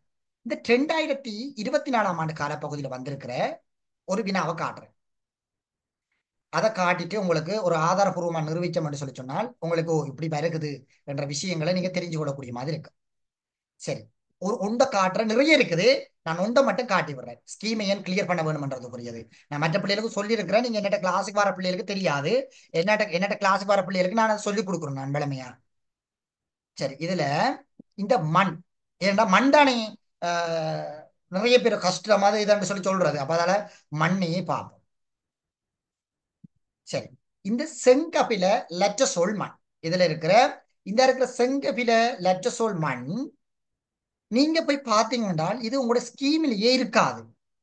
இது ஒரு உயர்தரமான மண்ன்றது மாதிரி இருக்கும். இது உங்களோட ஸ்கீமிலேயே இருக்காது. அப்ப இதுக்குரிய விட எங்கடா இருக்கும் என்று போய் பார்த்தீங்கன்றால் 2022ஆம் ஆண்டு ஸ்கீமை தட்ட வேணும். நீங்க அதுக்கு என்ன செய்ய வேணும்? 2022ஆம் ஆண்டு ஸ்கீமை தட்டுனீங்க என்றால் விடைகள் கிடைக்கும் உங்களுக்கு. நான் அதையும் காட்டுறேன். நிறைய பேர் ஸ்கீம் இருக்குமோ எனக்கு தெரியாது. ஆனா பாஸ் பேப்பரா எடுக்காதீங்க பிள்ளைகள். அனுசர் அந்த குரூப் ஒன்று கிரியேட் பண்ணி இலவசமாக நிறைய விஷயங்களை உங்களுக்கு போட்டுக்கொண்டே இருந்தவர். நீங்க அதைத்தான் சொல்றேன். ஒருவர் உங்களுக்கு சில விஷயங்களை தேடி தரும் போது அதை உதாசீனப்படுத்தி கொண்டு போறது, கடைசியில வந்து சொல்றது பேப்பர் கஷ்டம்ன்றது.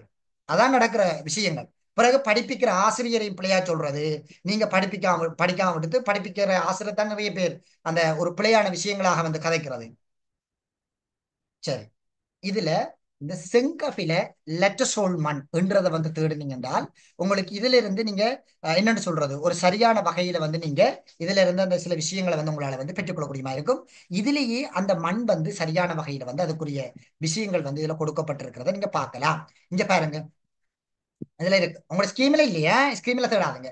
சிறந்த வடிகால் தன்மை கொண்ட மண், மெல்லிய இளமைப்பு கொண்ட செங்கபில நிறத்தினை கொண்ட மண். பாருங்க, நைதரசன், பொட்டாசியம், கல்சியம், மெக்னீசியம் என்பன நடுத்தர அளவில, இதுதான் நாங்க அதிகமாக போட்டிருக்காங்க அந்த பேப்பர்ல. 2024ஆம் ஆண்டு ஆக்கள்ற பேப்பர்ல அதிகம் வந்து போட்டிருக்காங்க. ஆனா இங்க அதிகம் இல்லை, நடுத்தர அளவில காணப்படுகின்ற ஒரு மண், வளமான மண்.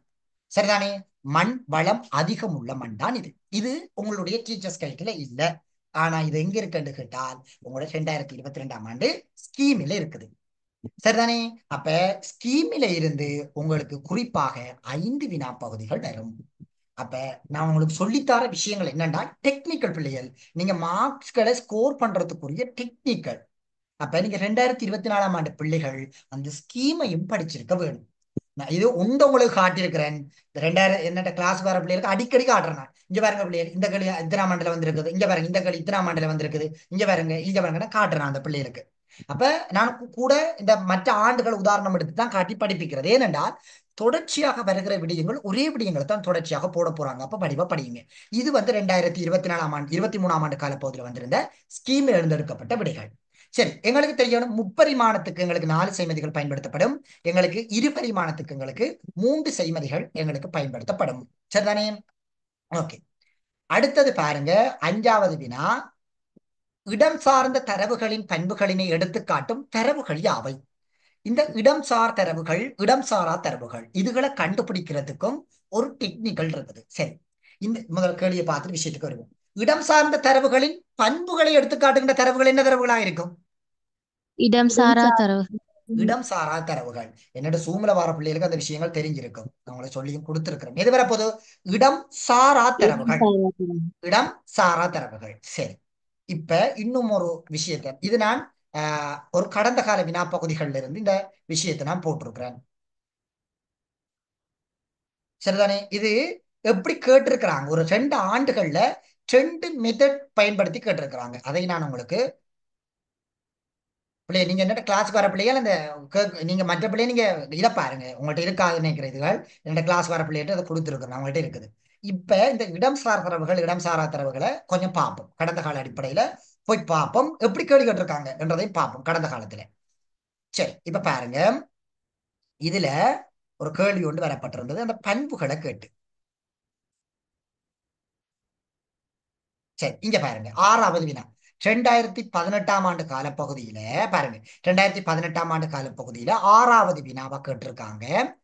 அப்புறம் நீங்க யோசிக்க கூடாது, என்னடா சார் நம்பர்ல பிளவுளையை அடிச்சிருக்காருன்றது. நான் நம்பர் பிளவுளையை அடிக்கையில இந்த ஆண்டுல இத்தனையாவது வினான்றதை நீங்க அடிச்சிருக்கேன். சரிதானே? ஓகே, இந்த 2018ஆம் ஆண்டுல 6வது வினாவாக புவியியல் தகவல் முறைமையினுடைய 2 பிரதான தரவு வகைகள் என்று சொல்லி கேட்டுட்டு இங்க பார்க்க வேணும் எங்களுக்கு விடைகள் எப்படி கொடுத்திருக்காங்க என்றால் இடம் சார்ந்த தரவு, அதனுடைய பண்பு தரவு என்று சொல்லி கொடுத்திருக்காங்க. பாருங்க விடை ஆன்சரை பாருங்க எப்படி கொடுத்திருக்காங்கன்றது. இப்ப இப்படியான டெக்னிக் எல்லாம் கேட்பாங்க. இந்த கேள்வியைத்தான் எங்க கேட்டிருக்காங்க என்றால் 2019ஆம் ஆண்டு காலப்பகுதியில பழைய சிலபஸ்ல கேட்டிருக்கிறாங்க. நான் பிள்ளை நீங்க தயவு செய்து இந்த கல்வியகம் என்ற யூடியூப் சேனல்ல போய் தயவு செய்து பாருங்க.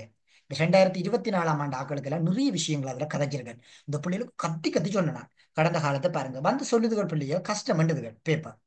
இவங்க எல்லாம் அந்த என்னன்னு சொல்றது தியரிகளை படிச்சு படிச்சு படிச்சு படிச்சு சப்புறாக்கள். இவங்க இப்படியான விஷயங்கள் டெக்னிக்கல் இல்லாம போற பிள்ளைகள் கடுமையாக பாதிக்கப்படும். சில நான் இந்த சொன்ன விஷயங்களை சொன்ன பிள்ளைகள் எல்லாம் வந்து வெளிப்பட்டு வந்து சொன்னது பேப்பர் நல்ல லேசு சார் கெட்டித்தனமான பிள்ளையா தானே சொல்லு. இந்த படிக்காம விளையாட்டு தெரிஞ்சு விடாக்கள் என்ன சொல்றது பேப்பர் போய் பார்த்தோன்னே கஷ்டம் பண்றது அதானே பழமை. அப்ப இந்த 2019ஆம் ஆண்டு பகுதியில் போட்டிருக்காங்க பாருங்க. இடம் சார்ந்த தரவுகளின் பண்புகளை எடுத்து காட்டும் தரவு எது? அதான் இடம் சாரா தரவு. சரி இந்த கேள்விகள் இப்ப நீங்க உதாரணமா வந்து பாத்தீங்கன்னா கடந்த காலங்கள் இப்ப உதாரணமா 2024 போமே 2024 பாருங்க. பின்வரும் புவியியல் தகவல் முறைமையின் 2 பிரதான தரவு வகைகள் இடம் சார தரவு இடம் சாரா தரவு. ஏண்டா கஷ்டம் பண்றீங்க எனக்குடா தெரியல. சரி இன்னொன்று நீங்க சொல்லலாம் சார் இது நாங்க படிக்கல சார் இந்த ஜிஎஸ்னுடைய தரவு மேற்படிவாக்கல் முறைமைகள் எல்லாம் போய் கடந்த கால பாஸ் பேப்பர் 2022ஆம் ஆண்டு காலப்பகுதியில் போய் பாருங்க. இந்த இன்னொரு வினாவையும் உங்களுக்கு காட்டுறேனே இந்த ஜிஎஸ்னுடைய தரவு மேற்படிவாக்கல் முறைமை 2022ஆம் ஆண்டு காலப்பகுதியில் போய் பாஸ் பேப்பர் எடுத்து பாத்தீங்கன்னா இது கும்பிடை இருக்குது. அப்ப எல்லா விஷயங்களும் பிள்ளைகள் உங்களுக்கே தந்திருக்கிறாங்க. உங்களுக்கு கேள்விகளும் உங்களோட கையில தான் இருக்குது, விடையும் உங்களோட கையில தான் இருக்குது. படிக்கிறது தான் உங்களுடைய பொறுப்பு. அவ்வளவுதான் நான் என்னால சொல்ல முடியும். விடைகளும் உங்களோட கையிலான் இருக்குது, கேள்விகளும் உங்களோட கையிலான் இருக்குது. அரசாங்கம் கேள்வியும் தந்திருக்காங்க, விடையும் தந்திருக்காங்க, படிக்க சொல்லி இருக்காங்க. அவ்வளவுதான் விஷயம். படிச்சுட்டீங்க என்றால் சிம்பிளா பாஸ் பண்ணலாம். எப்படி படிக்க போறோம்? 200 பிள்ளைகளுக்குலாம் போட்டி போட போறோம். முக்கியமாக இப்ப திருவண்ணாமலை மாவட்டத்தை பொறுத்த வரைக்கும் நாங்க 200 பிள்ளைகளுக்குலாம் எங்கட போட்டி. அந்த 200 பிள்ளைகளை எப்படி நாங்க டார்கெட் பண்ண போறோம் அதுக்கேற்ற மாதிரி படிச்சுட்டீங்க என்றால் இதனை புவியியலை பொறுத்த வரைக்கும் பிரச்சனை இல்லை. மற்ற பாடங்கள் நீங்க தான் படிக்க வேணும். ஒரு புவியியலையே எடுத்து போட்டு போற சொல்றீங்க மேக்ஸ் வரலன்றது மற்ற பாடங்களையும் நீங்க ஈக்குவலா படிக்க வேணும். ஓகே அடுத்தது 6வது வினா. இந்த வளிமண்டல கட்டமைப்புகள் நான் இந்த 2024ஆம் ஆண்டாக்களுக்கு சொன்னது விஷயம் என்னென்றால் பிள்ளைகள் இந்த முறை உங்களுக்கு புவியினுடைய அதாவது புவி கட்டமைப்பு தொடர்பான வினா பகுதிகள் வரும் வரும் வரும் வரும் என்று சொன்னான். ஆனா என்ன வரும் சொல்லலாமா? நானா பேப்பர் எடுக்கிறேன் எனக்கு தெரியும் இந்த அலகுல இருந்து வரும் அது எங்களுக்கு தெரியும் வரும்ன்றது. அப்ப அதுக்குரிய மெதட் போட்டு நான் எப்படி போட்டு நான் மாறன் மண்டலம் என்று சொல்லி படிப்பிச்சு மாறன் மண்டலம் இடைமண்டலங்கள் அல்லது அந்த தொகுதிகள் அப்படியான சின்ன சின்ன டெக்னிக்கல் கூட அந்த அலகுகளை கூட பாருங்கன்னு சொல்லி கொடுத்தனான். அந்த பிள்ளைகளுக்கு வந்திருந்த விஷயம் மாறன் மண்டலத்தினுடைய இயல்பு என்ன ரெண்டு கேள்வி கேட்டிருந்தவங்க 2024ஆம் ஆண்டாக்களுக்கு மாறன் மண்டலத்தினுடைய பிரதான இயல்பு என்னன்றது. நான் சொல்றது உங்களுக்கு சொல்ல ஒரு நல்ல பொய்யை அடிச்சடிச்சு விடுறேன் என்ற மாதிரி இருக்கும். இதுக்குரிய ஆதாரங்கள் நான் ஜனுசருடைய யூடியூப் சேனல்லையும் போட்டிருக்கேன், எந்த யூடியூப் சேனல்லையும் போட்டிருக்கேன், போய் பாருங்க. என்னுடைய யூடியூப் சேனல்லையும் போட்டிருக்கேன், ஜனுசரனுடைய யூடியூப் சேனல்லையும் போட்டிருக்கிறேன், போய் பாருங்க. இப்ப பிள்ளைகள் நீங்க இன்னொரு விஷயம் உண்டு, நான் இந்த அரசாங்கத்துல வருகிற 40 கேள்வியையும் கொடுத்து விடையும் கொடுத்தேன்டால் நான் போய் ஜெயிலுக்கு காண்டிருக்க வேணும். டெக்னிக்கல் சொல்லலாம் என்ன பிள்ளைகள் இப்படி வருது பிள்ளைகள் இப்படி படியுங்க, இப்படி வருது பிள்ளைகள் இப்படி படியுங்க என்று டெக்னிக்கல சொல்லலாமே ஒழிய இப்படித்தான் வரும் இப்படித்தான் விஷயம் என்று சொல்லி நான் சொல்லிடலாது. அப்ப இந்தந்த பகுதிகளை நீங்க கூட முக்கியத்துவப்படுத்தி படிக்கிற சந்தர்ப்பங்கள்ல உங்களால இன்னும் சிறப்பான ஒரு பெறுபேறுகளை வந்து உங்களால வந்து பெற்றுக்கொள்ளக்கூடிய மாதிரி இருக்கு. அந்த பிள்ளைகளுக்கு பொதுவாக நான் நினைக்கிறேன் இந்த 2024ஆம் ஆண்டு அந்த பிள்ளைகளுக்கு நான் நினைக்கிறேன்னு சொன்னால் செஞ்ச நான் அந்த என்னன்னு சொல்றது அவங்களுக்கு ஒரு பேப்பர்கள் செய்த நான் அந்த பேப்பர்ல 23 வினாக்கள் தொடர்ச்சியாக அதுல வந்திருந்தது. அது நான் ஒரு என்னன்னு சொல்றது எனக்கு கிடைச்ச சில சில சிங்கள பேப்பர்களை டிரான்ஸ்லேட் பண்ணி அந்த பிள்ளைகளுக்கு செய்த நான். அதுல எனக்கு தெரியாது அதுல 23 வினாக்கள் வந்திருக்கான்றது டிரான்ஸ்லேட் பண்ண எனக்கே தெரியாது. அந்த பேப்பர் செய்த ஒரு பிள்ளை தான் வந்து என்னட்ட சொல்லியிருந்தது. அந்த பேப்பர் செய்த ஒரு பிள்ளை வந்து என்னட்ட என்ன செஞ்சாங்க, சார் இந்த உங்களோட பேப்பரை நான் படிச்சேன் சார், இதுல இருந்து சார் இந்தந்த வினா பகுதிகள் எங்களுக்கு வந்திருக்குது சார், நான் வடிவா செய்திருக்கிறேன் சார் அந்த பிள்ளை வந்து சொல்லிச்சு. அதுக்கு பிறகு நான் சொன்ன பிள்ளை நீங்க அந்த செஞ்சிருக்கிற விஷயங்களை எனக்கு ஒருக்கா வெட்டி எனக்கு ஒருக்கா போட்டுக்கொள்ளுங்க பிள்ளை, நான் ஒருக்கா பாக்குறேன் என்ன மாதிரி வந்திருக்குதுன்றத நான் ஒருக்கா போய் பாக்குறேன் என்று சொல்லி அந்த பிள்ளைகிட்ட சொல்லியிருந்தேன். சரிதானே? அப்ப நீங்க இதுகளையும் கூட முக்கியத்துவப்படுத்தி பாக்குற சந்தர்ப்பங்கள்ல உங்களால சிறப்பான புள்ளிகளை வந்து உங்களால வந்து பெற்றுக்கொள்ளக்கூடிய மாதிரி இருக்கும். என்கிட்ட செமினார் பேப்பர்கள் உங்கள்கிட்ட இருக்குதோ தெரியாது பிள்ளைகள், நான் ஒரு செமினார் பேப்பர்களை காட்டுறேன். இது நான் அந்த 2024ஆம் ஆண்டாக நிறைய செமினார் செஞ்ச நான் இதுல ஒரு செமினார் 2024ஆம் ஆண்டாக செஞ்ச ஒரு செமினார் பேப்பரை காட்டுறேன்னு பாருங்க. இதுல அந்த பிள்ளைகளுக்கு இங்க பாருங்க எப்படி ஒப்பிட்டு காட்டி படிப்பிக்கிறான்ன்றது. இதை விட பிள்ளைகள் உங்களுக்கு என்ன செய்ய வேணும் நான் சரிதானே? நீங்க படிக்கிறதான் உங்களை கட்டிக்க அர்த்தம். இந்த 2022 23 ஒப்பிட்டு காட்டி முழுதும் டீச்சர்ஸ் கைட்ல இருந்து உங்களுடைய ஆசிரியர் வழிகாட்டியில இருந்தால் முழுக்க வருகுது. இதுக்கு நான் 2024க்கும் அதே மாதிரி வெட்டி போட்டிருக்கேன். ஜானஸ்டார்ட் கேட்டீங்கன்னா அனுப்பிவிடுவேன். சரிதானே? முழு ஆசிரியர் டீச்சர்ஸ் கைட்ல இருந்து வருது. ஏன் ஓடுறீங்க தியரிக்கு? அதான் என்னுடைய கேள்வி. வடிவ படிக்கலாம். சரிதானே? இங்க பாருங்க, படம் தொடர்பாக பிள்ளைகள் வர இல்ல. இங்க பாருங்க, இதுல சொன்னான் படம் தொடர்பான உங்களுக்கு கேள்விகள் 2023ஆம் ஆண்டு வர இல்ல. இந்த முறை உங்களுக்கு செகண்ட் பார்ட்ல வரக்கூடிய வினாப்பகுதிகள் இருக்கலாம் என்று சொல்லியிருந்தேன். அதே போல இந்த தொகுதி புவியினுடைய உட்கட்டமைப்பு வர இல்ல, உங்களுக்கு வரலாம் என்று சொல்லி அதையும் படிப்பிச்சிருந்தேன். போய் பாருங்க, அந்த பிள்ளை அந்த யூடியூப் சேனல்ல போட்டுருக்கிறேன், அந்த சில விஷயங்கள் போட்டுருக்கிறேன். போய் பார்த்தீங்கன்னா உங்களுக்கு சிம்பிளா விளங்கிக் கொள்ளக்கூடிய மாதிரி இருக்கும். சரிதானே? இப்ப இதுகளுக்கு ஒவ்வொரு விஷயங்களாக எடுத்துக்காட்டி படிப்பிச்சேன். அடுத்தது இந்த புற எல்லை தகவல்கள், உள்ளெல்லை தகவல்கள், இதையும் எடுத்துக்காட்டி படிப்பிக்கிறான். அதுல அவங்களுக்கு செகண்ட் பார்ட்டுக்குரிய வினாக்களாக போட்டிருக்காங்க. இது 2024ஆம் ஆண்டுக்கு நிறைய செஞ்சது என்னட்ட கிடக்குது. அதில் போய் பார்த்தீங்கன்னா உங்களுக்கு நிறைய விஷயங்கள் அதில் உங்களுக்கு செய்திருந்தனால் போய் கிடக்குது. அதில் போய் பார்த்தீங்கன்னா தெரியும். சரிதானே? அடுத்தது இந்த முறையும் என்ன வரும், என்ன கேள்விகள் வரும்ன்றதை சிம்பிளா நாங்க செய்யலாம். என்னுடைய மற்ற ஒரு செமினார் இதுகள் கிடக்குது. நான் பிள்ளைகள் செய்யறது குறிப்பா நாங்க செய்யும் போது சில விஷயங்களை டார்கெட் பண்ண வேணும். இது 2024ஆம் ஆண்டாக்களுக்கு செஞ்ச பேப்பர். சரிதானே? இது 2024ஆம் ஆண்டாக்களுக்கு செய்த ஒரு மாடல் பேப்பர். இதுல போய் பாத்தீங்கன்னா அந்த பிள்ளைகளுக்கு ஒவ்வொரு விஷயங்களையும் கொடுத்து அந்த பிள்ளைகளுக்கு இன்னென்ன விஷயங்கள் வரும், இன்னென்ன விஷயங்களை படிங்க, இன்னென்ன விஷயங்கள் வரும். இப்ப நாங்க பேப்பர் எடுக்கிறது இல்லை பிள்ளைகள், அரசாங்கம் தான் பேப்பர் எடுக்கும். அப்ப அந்த அரசாங்கம் பேப்பர் எடுக்கிற சந்தர்ப்பங்கள்ல நீங்க என்ன செய்ய வேணும், அதை கூட டார்கெட் பண்ணி படிக்க வேணும். இதே மாதிரி 10 பேப்பர் அந்த யனுசர்ட்ட குரூப்ல கிடக்கு, அந்த 10 பேப்பர் அதை எடுத்து நீங்க செய்து பாருங்க. ஒரு விஷயங்கள் இப்ப இது ஒரு இதுல செய்த விஷயங்கள். சரிதானே? போய் பார்த்தீங்கன்னு சொன்னாலும் உங்களுக்கு விளங்கும். இப்ப என்னென்ன மாதிரி செய்ய வேணும், எப்படி செய்ய வேணும், எதுக்கு கூட முக்கியத்துவம் கொடுக்க வேணும். இப்ப இது ஒரு செமினார். அப்படி நிறைய செமினார் செய்யற இடங்கள்ல போகும்போது பிள்ளை நீங்க நோட் பண்ணுங்க. ஒரு செமினாருக்கு போறீங்கன்னு சொன்னால் அங்க என்னென்ன கேள்விகள் கேட்கிறாங்க, என்னென்ன உங்களுக்கு விஷயங்களை சொல்றாங்கன்றத நோட் பண்ணி எடுங்க. சரிதானே? அதான் எங்களுக்கு தேவை. சும்மா ஒரு கேள்வியை படிச்சுட்டு பிள்ளைகள் முதலாவதுக்கு இது வருமே, ரெண்டாவதுக்கு இது வருமே, மூணாவதுக்கு இது வருமே, நாலாவதுக்கு இது வருமானு போனா ஒரு பிரயோசனமும் இல்லை. ஒரு கேள்வியை படிக்கும் போது அதை அக்குவரு ஆணிவரா படிச்சீங்கன்னா நிறைய விஷயங்களை நீங்க அதுல படிச்சு கொள்ளக்கூடிய ஒரு தன்மை உங்களுக்குள்ள வரும். அடுத்தது பாருங்க, பின்வரும் வளிமண்டல வளிச்சேர்க்கையின் அடிப்படையில் நிரந்தரமான வாயுக்களாக கொண்ட வளிமண்டல தொகுதி எது? இந்த முறை பிள்ளைகள் உங்களுக்கு ஒரு வாயுக்கள் வரக்கூடிய சந்தர்ப்பம் இருக்குது. அது எனக்கு தெரியாது எந்த வாயுக்கள் வரும். பச்சை வெட்டு வாயுக்கள் காலநிலை மாற்றங்கள்ல இருந்து போட போறாங்களான்றதும் தெரியாது. ஒருவேளை இந்த பகுதிகளில் இருந்து ஒரு ஏதாவது ஒரு வீதங்கள் சம்பந்தமான ஒரு வினா வரும். வீதங்கள் அது என்னன்றது எனக்கு தெரியாது. ஆனா வீதங்கள் தொடர்பான ஒரு வினா பகுதி உங்களுக்கு வரும் இந்த 2025ஆம் ஆண்டுகளுக்கு. ஆனா அது எனக்கு என்னன்னு சொல்ல தெரியாது. அது வீதங்கள் ஒருவேளை வாயுக்களை போடலாம், அல்லது பச்சை வெட்டு வாயுக்களை போடலாம், அல்லது நீரை வச்சு கொண்டு போடலாம். நீர்லயும் இருக்கு வீதங்கள். அப்ப ஏதோ ஒரு வகையில வரும். அந்த வீதங்கள் தொடர்பாக படிக்க வேணும். நான் எம்சிக்கு பகுதிகள் செய்யும் போது இன்னும் ஆழமா உங்களுக்கு கொண்டு போவேன். இல்ல 2026ஆம் ஆண்டுகள் இருக்கிறதால நம்ம இதை கொஞ்சம் ஸ்கிப் பண்ணி போட்டு நம்ம 2025ஆம் ஆண்டுக்கு செமினார் செய்யும் போது இன்னும் ஆழமா நீங்க எதை கூட முக்கியத்துவப்படுத்தி படிக்க வேணும் என்ற விஷயத்தையும் சொல்லிக் கொண்டு வருவேன். பாருங்க, இதுல எங்களுக்கு தெரிய வேணும், நிரந்தரமான வாயுக்களாக காணப்படுகின்ற வளிமண்டல தொகுதி எது பிள்ளைகள்? நிரந்தரமான வாயுக்கள் இப்ப நீங்க என்ன ஒரு கேள்வி கேட்கலாம், சார் நீங்க எனக்கு பிழையா சொல்லித்தாரீங்க சார், ஆகன் வாயு சார் எங்களுக்கு அங்க சுவட்டு வாயுக்களான சார் இருக்குது, நீங்க என்ன சார் எனக்கு ஆகன் வாயு நிரந்தரமான வாயுக்களை சொல்லித்தாரீங்க என்ற மாதிரி இருக்கு. என்னோட சூமல வார பிள்ளைகளுக்கு நான் காட்டியிருக்கிறேன், மற்ற ஃப்ரீயா வார பிள்ளைகளுக்கு அது தெரிஞ்சிருக்காது. நீங்க 2023ஆம் ஆண்டு ஸ்கீம் எடுத்து பாத்தீங்கன்னா அதுக்குரிய ஆதாரபூர்வமான விளக்கங்கள் 2023ஆம் ஆண்டு ஸ்கீம்ல வடிவா கொடுக்கப்பட்டிருக்குது. நீங்க நிறைய விஷயங்கள் அப்டேட் அடையாம இருப்பீங்க. 2024ஆம் ஆண்டு போய் கேளுங்க, சொல்லுவாங்க எம்சிக்கு சரியான கஷ்டம், சரியான கஷ்டம், ஒன்றுமே படிக்காது வந்திருக்காண்டு. படிச்சதுதான் வந்தது, இவங்க ஒழுங்கா படிக்க இல்லை. அதான் மெயின் பிரச்சனை. எப்படி சின்ன சின்ன டெக்னிக்களை தேடி தேடி கடந்த கால பாஸ் பேப்பரோட ஒப்பிட்டு படிச்சிருப்பாங்கன்றால் இவங்களுக்கு அந்த பிரச்சனைகள் இவங்களுக்கு வந்திருக்காது. இவங்க அப்படி படிக்காதாலதான் இவங்களுக்கு அந்த பிரச்சனை வந்தது. சரி, இது 2023ஆம் ஆண்டாக்களுக்குரிய ஸ்கீம் காட்டுறேன் பாருங்க. அதவங்களோட டீச்சர்ஸ் கைட்ல இருந்து வெட்டி மாத்தி கொள்ளுங்களேன். அவங்களை சொல்லி தந்திருப்பாங்க, அது பிரச்சனை இல்லை. இல்ல சில பிள்ளைகள் இந்த கிளாஸுக்கு போகாத பிள்ளைகள் எல்லாம் இருப்பீங்க தானே, அவங்களுக்கு சொல்றேன். உங்களுக்கு டீச்சராக உங்களுக்கு சொல்லி தந்திருப்பாங்க, நீங்க போற கிளாஸ்கள்ல உங்களுக்கு அப்படின்னு சொல்லி தந்திருப்பாங்க தானே.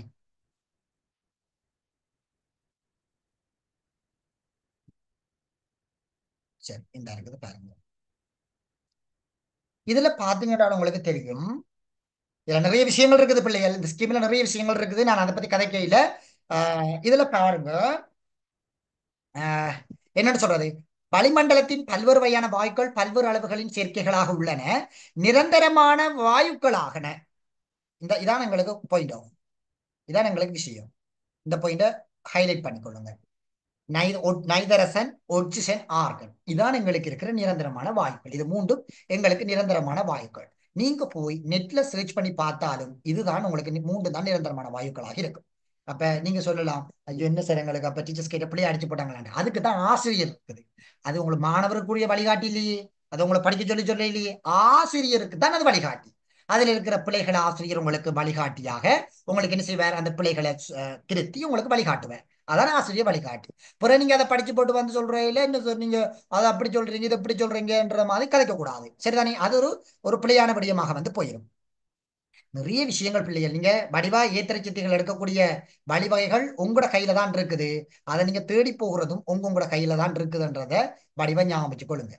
இந்த மாறன் மண்டலம், சரிதானே? இந்த மாறன் மண்டலத்துக்குரிய வினாவும் இந்த 2023ஆம் ஆண்டு ஸ்கீம்ல தான் இருக்குது. போய் பாருங்க இந்த மாறன் மண்டலம் 15வது வினா. நான் சொன்னதுன்னா நீங்க டிக் பண்ணி வச்சு உடனே தேடி பாருங்க. ஒரு ஆசிரியர் சொன்னா போய் தேடி பார்க்க வேணும். அதான் கெட்டிக்காரத்தனம். இந்த மாறன் மண்டலத்தின் பிரதான அம்சம் இதுக்கும் அந்த 2023ஆம் ஆண்டு ஸ்கீம்ல தான் இருக்குது. போய் பாருங்க. விண்கற்கள் எரிவடையக்கூடிய தன்மைகள் அதுகள்லாம் அந்த 2023ஆம் ஆண்டு ஸ்கீம்ல தான் படிப்பா கொடுக்கப்பட்டிருக்குது. இப்ப கேள்விகளும் எங்கட கையிலான் இருக்குது, விடைகளும் எங்கட கையில தான் இருக்கும்ன்றத வடிவா ஞாபகம் வச்சு கொள்ளுங்க. சரிதானே? ஆகவே சரியான விடையாக அமைய போறது ஒட்சிசன், ஆர்கன், நைதரசன். அதுகளை நீங்க திருத்திக் கொள்ளுங்க. சரிதானே? சார் கேளுங்க ஹீமா. சார் நீங்க சொல்ற ஆகன் வந்து ஏனைய வாயுக்கள்ல வந்து கைட்ல இருக்குது. ஆனா 0.93 அதுல வீதம் தந்திருக்குது. அது மட்டம் தட்டி தந்திருக்காங்களா? இந்த இந்த ஸ்கீம்ல மட்டம் தட்டி தந்திருக்காங்க. சரியா ஹீமா? Okay sir. ஓகே. அதை 0.93 இருக்கிறத அவங்க மட்டம் தட்டி 0.9 கொடுத்திருக்காங்க. மட்டம் தட்டி ஆனா நாங்க அது கதைக்கலாம். சொல்லுங்க ஹீமா. Okay sir. ஆனா அது நிரந்தர வாயுக்கும் வரணும், மாத்தி ஓ ஓ போட்டிக்கிறாங்க. மாத்தி போட அதுதான் வேணும். அதை நீங்க அதை நிரந்தரமான வாயுக்களுக்கு மாத்தி கொள்ளுங்க. சரிதானே? Okay sir sir. ஓகே. நம்ம கொஞ்சம் கடந்த கால பாஸ் பேப்பருக்குள்ள போவோம். இந்த புவித்தொகை தொடர்பாக கொஞ்சம் கடந்த கால பாஸ் பேப்பருக்குள்ள போனோம் என்றால் இன்னும் உங்களுக்கு ஒரு கிளியர் தன்மை கொண்டு வரும். சரி. இப்ப கடந்த கால வினா பகுதிகளுக்கு போவோம். வாயுக்கள் எந்தெந்த ஆண்டுகள்ல கேட்டிருக்காங்கன்றத பார்ப்போமே. வாயுக்கள் எந்தெந்த ஆண்டுகள்? 2012ஆம் ஆண்டுல 12வது வினா. அதுக்கு அடுத்தது வந்து பாத்தீங்கன்னு சொல்லி சொன்னால் 2015ஆம் ஆண்டுல 12வது வினா. அதுக்கு பிறகு வந்து பாத்தீங்கன்னு சொல்லி சொன்னால் அதுக்கு 12வது வினா கேட்டிருக்குது. மற்றது வேற இல்ல. இதுல மாறன் மண்டலம் கேட்டிருக்கிறாங்க. சரிதானே? வீதங்கள் இந்த 2 ஆண்டுகள் பகுதிகளிலையும் வந்திருக்குது. 2015ஆம் ஆண்டுல 12வது வினா. வளிமண்டல வளிச்சேர்க்கைகளின் அதிக கன அளவில் காணப்படுகின்ற 2 வாயுக்கள். இங்க 2 வாயுக்கள் இங்க தந்திருக்கிறாங்க. சரிதானே? அதே நேரத்துல வந்து பாத்தீங்கன்னு சொல்லி சொன்னால் என்னன்னு சொல்றது, 2012ஆம் ஆண்டுல வாயுக்களை இறங்கு வரிசையில கேட்டிருக்கிறாங்க. 2012ஆம் ஆண்டு காலப்பகுதியில. அப்ப நாங்க 2 மெத்தட்ல படிக்க வேணும். வாயுக்கள் எங்களுக்கு வாயுக்களினுடைய இறங்கு வரிசையின் அடிப்படையிலையும் தெரிஞ்சிருக்க வேணும். நான் உங்களுக்கு முன்னுக்கு தந்திருப்பேன் நினைக்கிறேன். நம்ம 445 எம்சிக்கு செஞ்சினாம இல்லையா சகரா?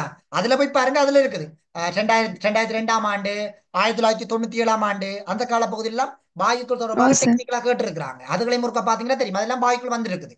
அப்ப எங்களுக்கு தெரிய வேணும் ஆகன்ன்றது வந்து பாத்தீங்கன்னு சொன்னால் ஒரு நிரந்தரமான வாயுக்களுக்குள்ள வரக்கூடிய ஒரு வாயுக்களாக வந்து இருக்குது. சரியான பிள்ளைகள்? கேளுங்க பிள்ளைகள், டவுட்டுக்கு வந்தீங்க. சார் அது 4வது கேள்வி இன்னொருத்தர சொல்லணுமா? 4வது கேள்வி. சரி. இதுல இந்த பூகோள இடைநிலைப்படுத்தல் முறைமைகள்ல பிள்ளை நாங்க ஒரு 3D வடிவில நாங்க ஒரு பிரதேசத்தை நாங்க ஒரு 3D வடிவில நாங்க அறிந்து கொள்ள வேணும் என்றால் எங்களுக்கு குறைஞ்சது 4 செய்மதிகள் வேணும். எங்களுக்கு தெரிய வேணும் ஒரு சுற்றுவட்ட பாதையில எத்தனை செய்மதிகள் சகரா இருக்குது? 4. பிள்ளைகள் இதுல நீங்க யாரோ கீறுறீங்க. சரிதானே? எத்தனை செய்மதிகள் இருக்குது? 4 செய்மதிகள் இருக்குது. எங்களுக்கு தெரியும். அப்ப நாங்க இந்த 4 செய்மதிகளின் துணை கொண்டு நாங்க ஒரு இடத்தை பார்க்கறது தான் நாங்க என்னன்னு சொல்லுவோம்னு சொல்லி பாத்தீங்கன்னு சொல்லி சொன்னால் என்னன்னு சொல்றது, ஒரு 3D வடிவில் அமைகின்ற விடயமாக வந்து இருக்கும். சரிதானே? இந்த 4 விடயத்தையும் நாங்க வந்து பார்க்கறது தான் நாங்க 3D வடிவில் இருக்கிற விடயங்களாக வந்து இருக்கும். சரிதானே? இதுல யாருக்கு சார் சார் சொல்லுங்க பிள்ளை. அந்த 6 வளையங்களை வந்து இருக்கிறேன் அந்த 4 செய்மதிகளும். ஓமம் 6 வலயங்களாக பிரிக்கப்பட்டு ஒவ்வொரு வலயத்திலையும் வந்து 4 செய்மதிகள் வீதம் காணப்படும். இந்த 4 செய்மதிகளை நாங்க பயன்படுத்த ஒரு இடத்தை நாங்க பார்த்தோம் என்றால் அது ஒரு துல்லிய தன்மையாக 3D வடிவில் இருக்கும். சரியா சகிரா? ஓ சார், அப்ப இரு பரிமாணத்துக்கு எத்தனை இரு செய்மதின்னு பரிமாணம் சொன்னீங்க? எங்களுக்கு 3 செய்மதி போடும். எங்களுக்கு இரு பரிமாணம் சொல்லி சொன்னால் எங்களுக்கு 4 செய்மதிகள்ல 3 செய்மதிகளை பயன்படுத்தி, அதாவது வந்து பாத்தீங்கன்னா இப்படி இருக்கும். இங்க ஒரு செய்மதி இருக்கன்றவங்க, இங்க ஒரு செய்மதி இருக்கன்றவங்க, இங்க ஒரு செய்மதி இருக்கன்றவங்க, இப்படி 3 செய்மதிகளையும் பயன்படுத்தியே நாங்க என்ன செய்யலாம், அதை இரு பரிமாண வடிவில் பார்த்துக்கொள்ளக்கூடிய மாதிரி இருக்கும். Okay sir. ஓகே,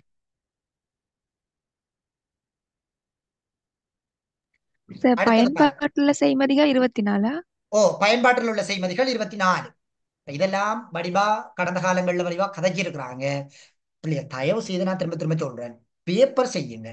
நீங்க என்னால முடிஞ்ச வரைக்கும் சொல்லுவேன். ஏன்னா உங்களோட தாய் தகப்பன் சரியா கஷ்டப்படுவாங்க ஒரு ரூபா காசு உழைக்கிறதுக்கு.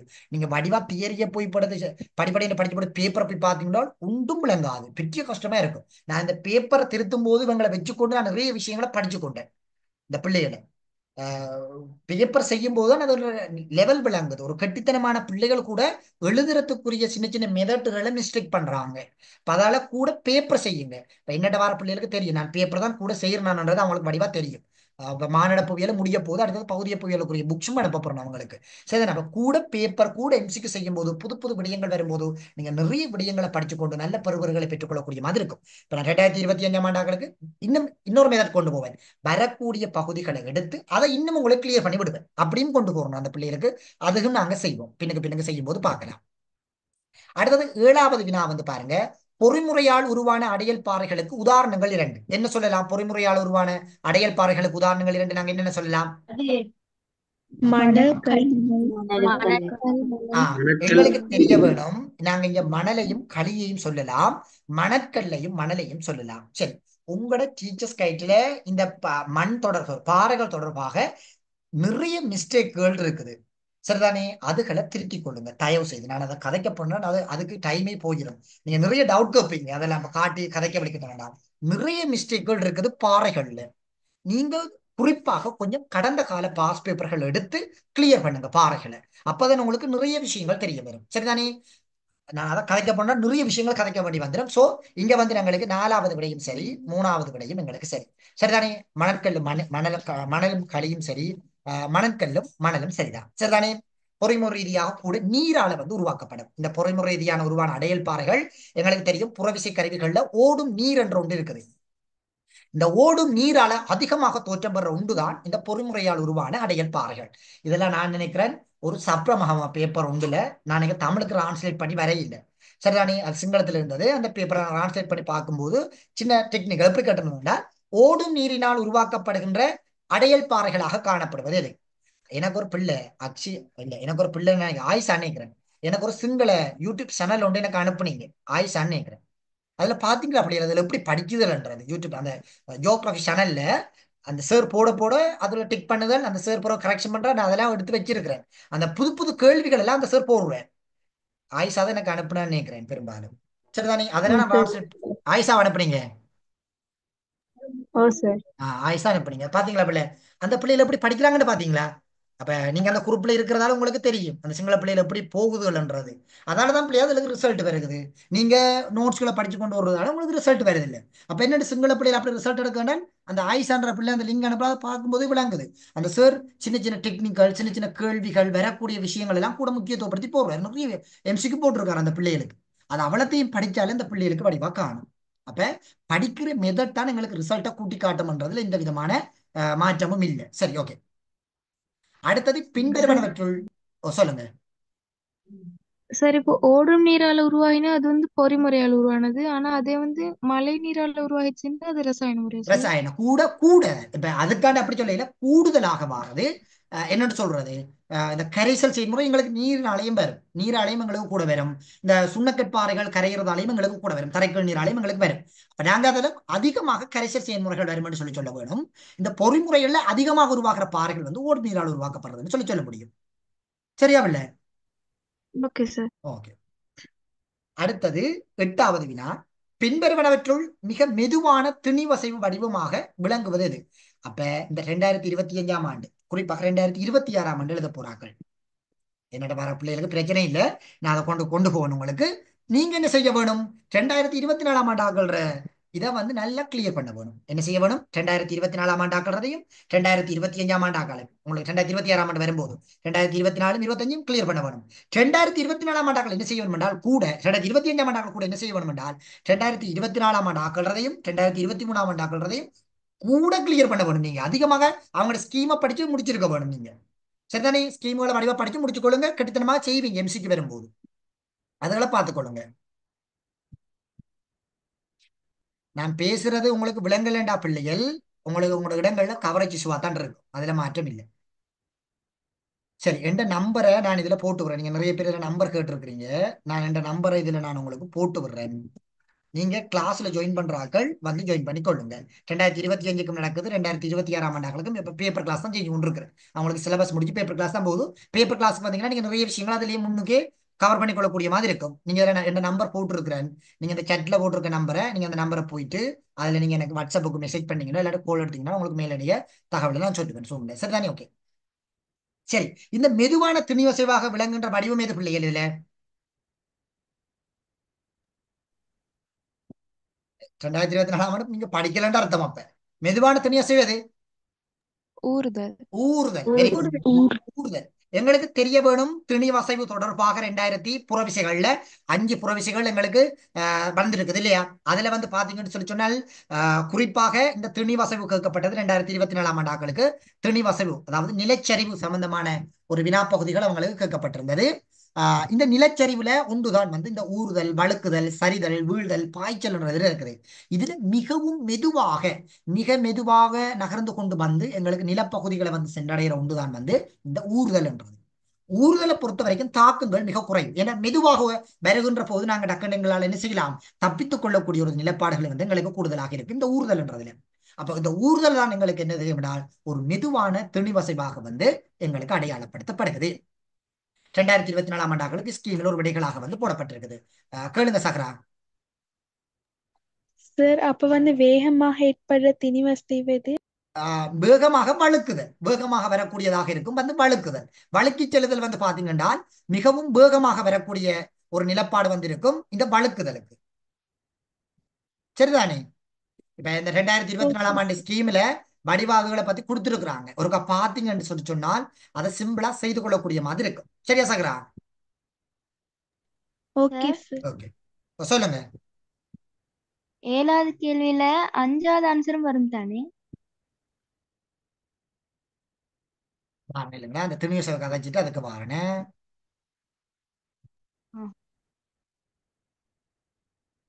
ஓகே. இப்ப இந்த பிள்ளை நீங்க திணிவசைவில ஸ்கீம்ல தந்திருக்கிறத மட்டுமே நீங்க நோட் பண்ணிக்கொள்ளுங்க.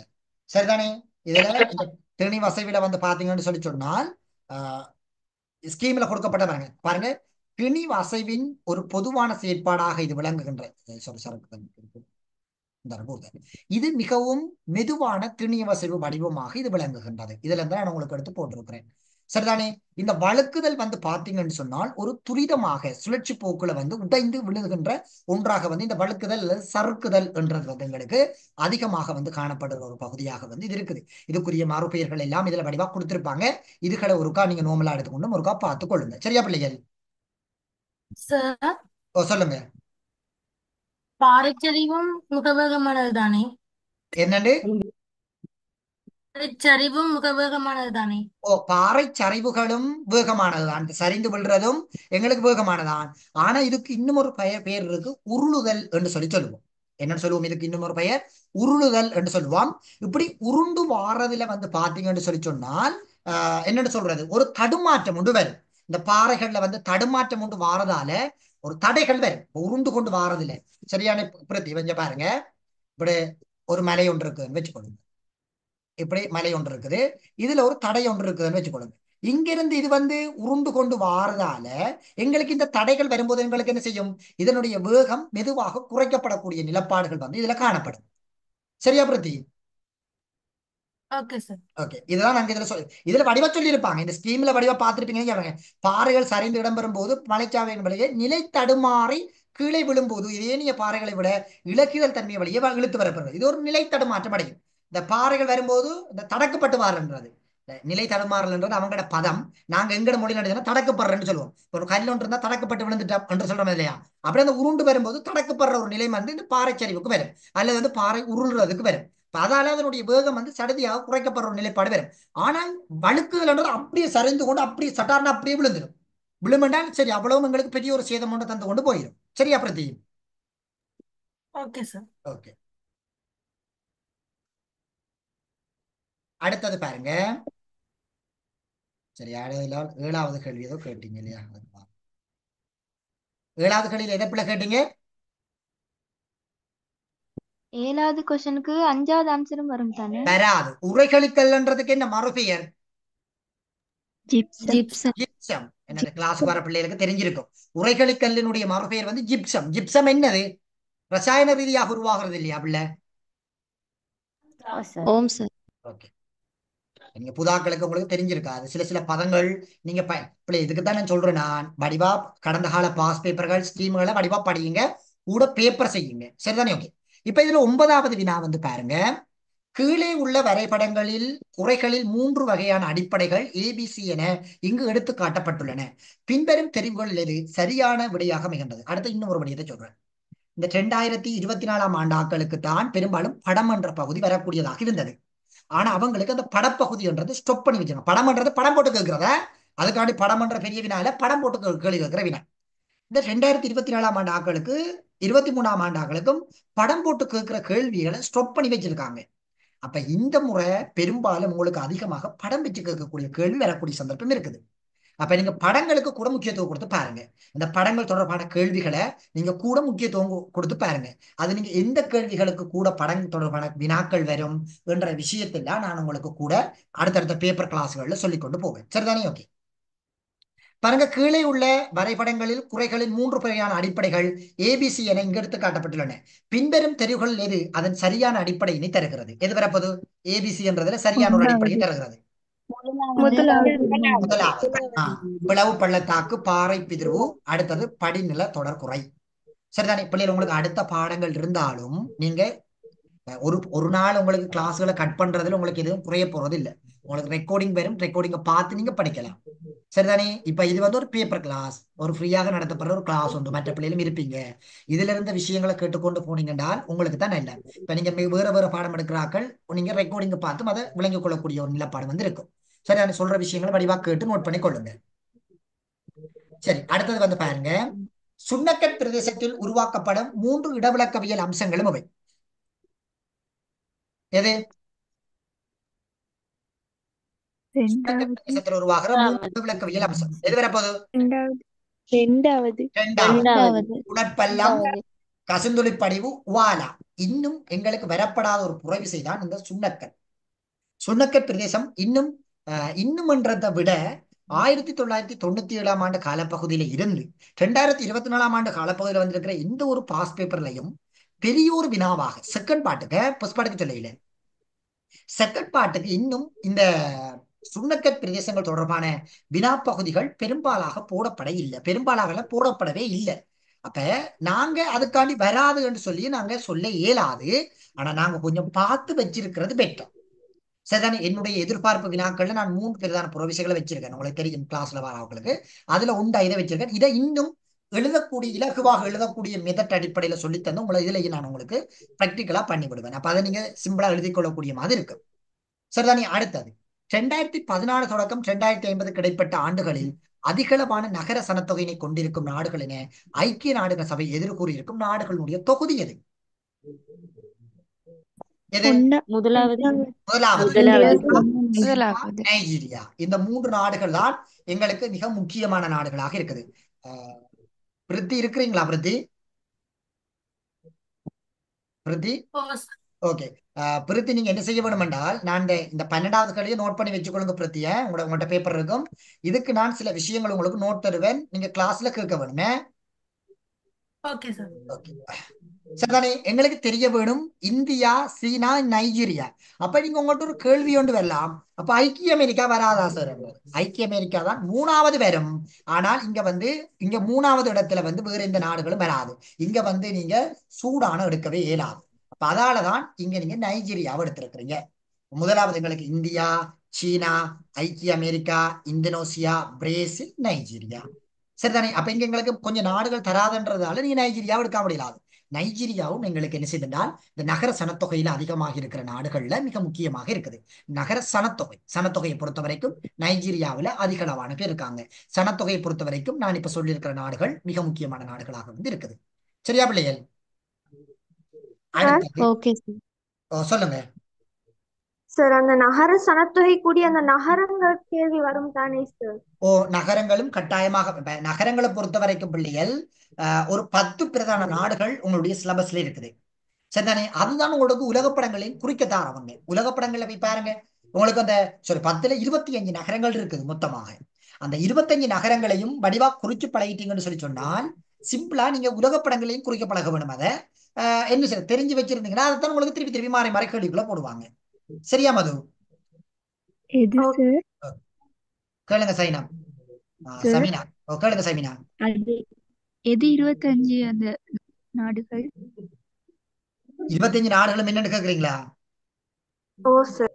இல்ல சார், அது எதுன்னு கேட்டேன். அந்த உங்களோட டீச்சர்ஸ் கைட்லயே அது எது 25 விலங்கையில பிள்ளை எந்த யூனிட்ல இருக்கீன்னு கேட்டேன் சார். பிள்ளை அது வந்து நகரமயமாக்கம் என்ற பகுதியில இருக்குது பிள்ளை. நகரமயமாக்கம் என்ற பகுதியில தான் இந்த நகரங்கள் தொடர்பான விஷயங்கள் எல்லாம் கொடுக்கப்பட்டிருக்குது. அடுத்தது உங்களுடைய தரம் 12ஆம் ஆண்டுல சனத்தொகையினுடைய இறுதி பகுதிகளில் போய் பார்த்தீங்கன்னா நகர சனத்தொகை பத்தி கிடைச்சிருப்பாங்க. சரிதானே? Okay sir. ஓகே. அடுத்தது வீதமும் கேட்கவங்க. நான் இந்த சனத்தொகையை 3ஆ உடைச்சிருப்பேன். ரெண்டு ஹேண்ட் அவுட்ல வந்து போய் பார்த்தீங்கன்னா 3ஆ உடைச்சிருப்பேன். சில டீச்சர்மார் உங்களுக்கு 2ஆ உடைச்சிருப்பாங்களா? நான் 3ஆ உடைக்கிறேன். ஏனென்றால் எம்சிக்கும் செய்ய வேணுமே பிள்ளைகள்ன்றதுக்காக 3ஆ உடைக்கிறேன். எப்படி 3ஆ உடைக்கிறேன் என்றால், முதலாவது எங்களுக்கு இயக்க பண்புகள் வரும், 2வது பிரச்சனைகள் வரும், 3வது சதவீதம் வரும். சதவீதமும் எங்களுக்கு தெரிஞ்சிருக்க வேணும். சரிதானே? குறிப்பாக 2022ஆம் ஆண்டுலையும் 23ஆம் ஆண்டு காலப்பகுதியிலையும் அதுக்கு முன்னுக்கெல்லாம் சதவீதங்கள் வரப்பட்டிருக்குது. அந்த பேப்பர்களை போய் பார்த்தீங்கன்னா கடந்த கால அந்த எம்சிக்கு வினாக்களை போய் பார்த்தீங்கன்னா விகிதங்கள் நிறைய இருப்பாங்க. பால் விகிதம், பிறப்பு வீதம், இறப்பு வீதம், தாய் மரண வீதம், கருவளை வீதம், செய்மரண வீதம், தங்கி வாழ்வோர் வீதம், முதியோர் தங்கி வாழ்வோர் வீதம், அடுத்து வந்து பாத்தீங்கன்னா வயது வந்தோர் தங்கி வாழ்வோர் வீதம், சிறுவர் தங்கி வாழ்வோர் வீதம், அப்படி என்று வீதங்கள் நிறைய இருக்குது. நீங்க கடந்த கால பேப்பர்கள் எடுத்து பாத்தீங்கன்னா உங்களுக்கு விளங்கும். வீதங்கள் தொடர்பாக தொடர்ச்சியாக கேட்கப்பட்டு கொண்டு வராங்க. இயற்கை வளர்ச்சி வீதம் இப்படி எல்லாம் தொடர்ச்சியாக கேட்பாங்க. அப்ப வீதங்களும் உங்களுக்கு தெரிஞ்சிருக்க வேணும். உங்களுடைய ஃபைனல் எக்ஸாம் பேப்பர்களையும் கேட்டிருக்கிறாங்க. அப்ப வீதங்கள் தொடர்பாக நீங்க படிச்சிருப்பீங்கன்னா உங்களுடைய பேப்பர்கள் வீதங்கள் தொடர்பாக வரும். இந்த முறை உங்களுக்கு ஒரு வீதம் வரும். அது என்ன வீதம்ன்றதையும் நான் பின்னுக்கு வரக்கூடிய பேப்பர்கள்ல நான் உங்களுக்கு சொல்லி அதுவும் உங்களுக்கு விளங்கப்படுத்தி கொண்டு போவேன். சரிதானே? ஓகே. இப்ப 12வது கேள்வியை வந்து பாருங்க. பருமட்டான பிறப்பு வீதத்திலிருந்து பருமட்டான இறப்பு வீதத்தினை கழிப்பதன் மூலம் கணிப்பீடு செய்யப்படுவது எது? இயற்கை அதிகரிப்பு. இயற்கை அதிகரிப்பு வீதம் எங்களுக்கு தெரிய வேணும். பருமட்டான பிறப்பு வீதத்திலிருந்து பருமட்டான இறப்பு வீதத்தை நாங்கள் கழிச்சோம் என்றால் எங்களுக்கு இயற்கை அதிகரிப்பு என்றது வரும். அப்ப எங்களுக்கு தெரிய வேணும் இயற்கை வளர்ச்சி என்றா என்ன? இயற்கை வளர்ச்சி மக்கள் சனத்தொகையில் ஏற்படுற அதிகரிப்பு மற்றும் பிரதிக்கு தெரியும் அது. இப்ப எங்களுக்கு தெரிய வேணும் இந்த இயற்கை அதிகரிப்புல எங்களுக்கு முக்கியமாக கூட செல்வாக்கு செலுத்துறது இந்த பிறப்பு வீதங்கள் தான். ஒரு நாட்டுல பிறப்பு வீதங்கள் எப்படி இருக்குதோ அதே போல அந்த நாட்டினுடைய இயற்கை அதிகரிப்பும் அங்க வந்து காணப்படும் கூடுதலாக. அப்ப அந்த நாட்டினுடைய இயற்கை அதிகரிப்பு தான் அந்த சனத்தொகையை கூட்டி காட்டுற ஒரு விடயமாக இருக்கும். அடுத்து இன்னும் ஒரு விடயம், இந்த பிள்ளைகள் கூட மார்க்ஸ் குறை எடுக்கிறது எம்சிக்யூ பொறுத்த வரைக்கும் மானிட புவியியல் தான் கூட எம்சிக்கு பிழை எடுக்கிறாங்க. அதுக்குரிய ஒரு சொல்யூஷனாக நான் நினைஞ்சிருக்கிறேன் என்றால் ஒவ்வொரு தவணையாக உங்களுக்கு எம்சிக்கு பகுதிகள் தந்திருக்கிறேன். உதாரணமா நாங்க இப்ப மானிட புவியியல் ஒரு அறிமுகமும் எம்சிக்கு பகுதி முடிக்க போறோம். சரிதானே? இப்ப சூம்ல வராக்களுக்கு முடிய போகுது, என்னோட நேர்ல வர பிள்ளைகளுக்கு இப்ப தொடங்கியிருக்கேன், அது முடிஞ்ச நாங்க அடுத்த நகரமயமாக்கம் குடியிருப்பும் பார்ப்போம். அடுத்தது விவசாயத்தையும் சேர்த்ததோட பார்த்தோம்னா எங்களுக்கு தரம் 12ஆம் ஆண்டுக்குரிய எம்சிக்கு பகுதிகள் ஃபுல்லா முடிஞ்சிடும். அப்ப எம்சிக்கு பகுதியில் நான் தந்திருக்கிறது தொடர்ச்சியாகவே படிச்சுக்கின்றால் அதுல இருந்து ஒரு வினாதான் உங்களுடைய ஃபைனல் எக்ஸாம் பேப்பருக்கு வரும்ன்றதுல எந்த விதமான மாற்றமும் இல்லை. சரிதானே? ஓகே. அடுத்தது ஒடுங்கிய குடித்தொகை கூம்பு ஒன்றின் பிரதான அம்சமாக அமைவது எது? வரப்பது 3வது. பிறப்பு வீதத்தில் இருந்து அதாவது சுண்ணா பிறப்பு வீதம் மற்றும் இறப்பு வீதம் வந்து குறைவாக எடுத்து காட்டுகிறது. இந்த ஒடுங்கிய குடித்தொகை, அடி ஒடுங்கிய குடித்தொகை, அடி சுருங்கிய குடித்தொகை என்றெல்லாம் சுருங்கிய குடித்தொகை இப்படி எல்லாம் எங்களுக்கு என்ன செய்யணும், இந்த கூம்புகளுக்கு மறுபெயர்கள் இருக்குது. அப்ப உங்களுக்கு கூம்புகளுக்கு சில டைம்ல என்ன செய்வாங்கன்றால் மறுபெயர்கள் வச்சு கொண்டு உங்கள்ட்ட என்ன செய்வாங்கன்றால் கேள்விகள் கேட்பாங்க. அடுத்தது பாருங்க 14வது நம்ம மற்ற பின்னுக்கு இருக்குது அந்த சார். விஷயம் சொல்லுங்க ஹிமா. சார், இயற்கை வளர்ச்சிக்கு இப்ப நாங்க மக்கள்ட இடையே ஏற்படுற மீள அதிகரிப்புண்டா பிழையா? மக்கள்ற ஏற்படுகின்ற மீள அதிகரிப்பு அப்படி இதை நீங்க அந்த வரைவிலக்கணம் சொல்லிட்டு இறுதியாக முடிக்கும் போது நீங்க கொடுக்கலாம். ஆனால் ஒரு சரியான வரைவிலக்கணமாக இது அமையாது. சரியா சரி இல்ல? சார். இப்ப உதாரணமா படமண்டா என்னன்னு சொல்லி இப்ப உதாரணமா ஏதோ ஒரு வரைவிலக்கணம் கேட்கறாங்களா, இப்ப என்னன்னு எடுப்போம். இப்ப உதாரணமா படமண்டு கேட்கறாங்கன்னு வச்சுக்கோங்க உதாரணத்துக்கு. அப்ப நீங்க சொல்லுவீங்க அப்படி முப்பரிமாணத்தில் காணப்படுகின்ற புவியினை சரியான ஒரு நிறம், குறியீடு, அளவு திட்டங்கள் என்பவற்றை பயன்படுத்தி ஒரு இருபரிமாண வடிவில் ஒரு தட்டையான தாளை வரைகின்ற நுட்ப முறையை படம் எனப்படும் என்று கொடுத்துட்டு அடுத்தது என்ன சொல்லுவீங்க, இந்த படம் வந்து பாத்தீங்கன்னா காலமிடம் சார்ந்த தோற்றப்பாடுகளை பிரதிபலிக்கின்றது. இது கருப்பொருள் படம், விளக்கப்படம் என இரு வகைப்பாடுகள் காணப்படுகிறது.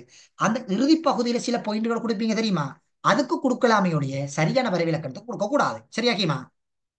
Okay sir. அடுத்தது பால் விகிதம் என்பதனால் கருதப்படுவது யார்? என்ன பால் விகிதம் என்றது? நாலாவது. நாலாவது. அதாவது குறிப்பிட்டதொரு சனத்தொகையில் தலா 100 பெண்களுக்கு காணப்படுகின்ற ஆண்களினுடைய எண்ணிக்கை, 100 பெண்களுக்கு எத்தனை ஆண்கள் இருக்கிறாங்க என்றதை கணக்கிட்டு சொல்றதான் பால் விகிதம். ஏன் பால் விகிதத்தை பெண்களுக்கு எடுக்கிறது, பால் விகிதம் சார்கின்ற பிரச்சனைகள் என்ன, இதெல்லாம் கட்டாயம் தெரிஞ்சிருக்க வேணும். பால் விகிதம் தொடர்பாக இலங்கையில பால் விகிதம் தொடர்பான பிரச்சனைகள் போய்கொண்டிருக்குது. அப்ப அதால பால் விகிதம் தொடர்பாக உங்களுக்கு வரக்கூடிய சந்தர்ப்பங்கள் அமையலாம். பால் விகிதம் தொடர்பாகவும் கட்டாயம் இணைஞ்சிருக்க வேணும், நீங்க படிச்சு கொள்ள வேணும் பால் விகிதம் தொடர்பாக. அடுத்தது 15வது வினா, இலங்கையில் சனத்தொகையின் வயதமைப்பில் தெளிவாக தெரியும் பண்பு யாது? சனத்தொகையினுடைய வயதமைப்பில தெளிவாக தெரிகிற பண்பு என்ன? 4வது. இல்ல, 1வது.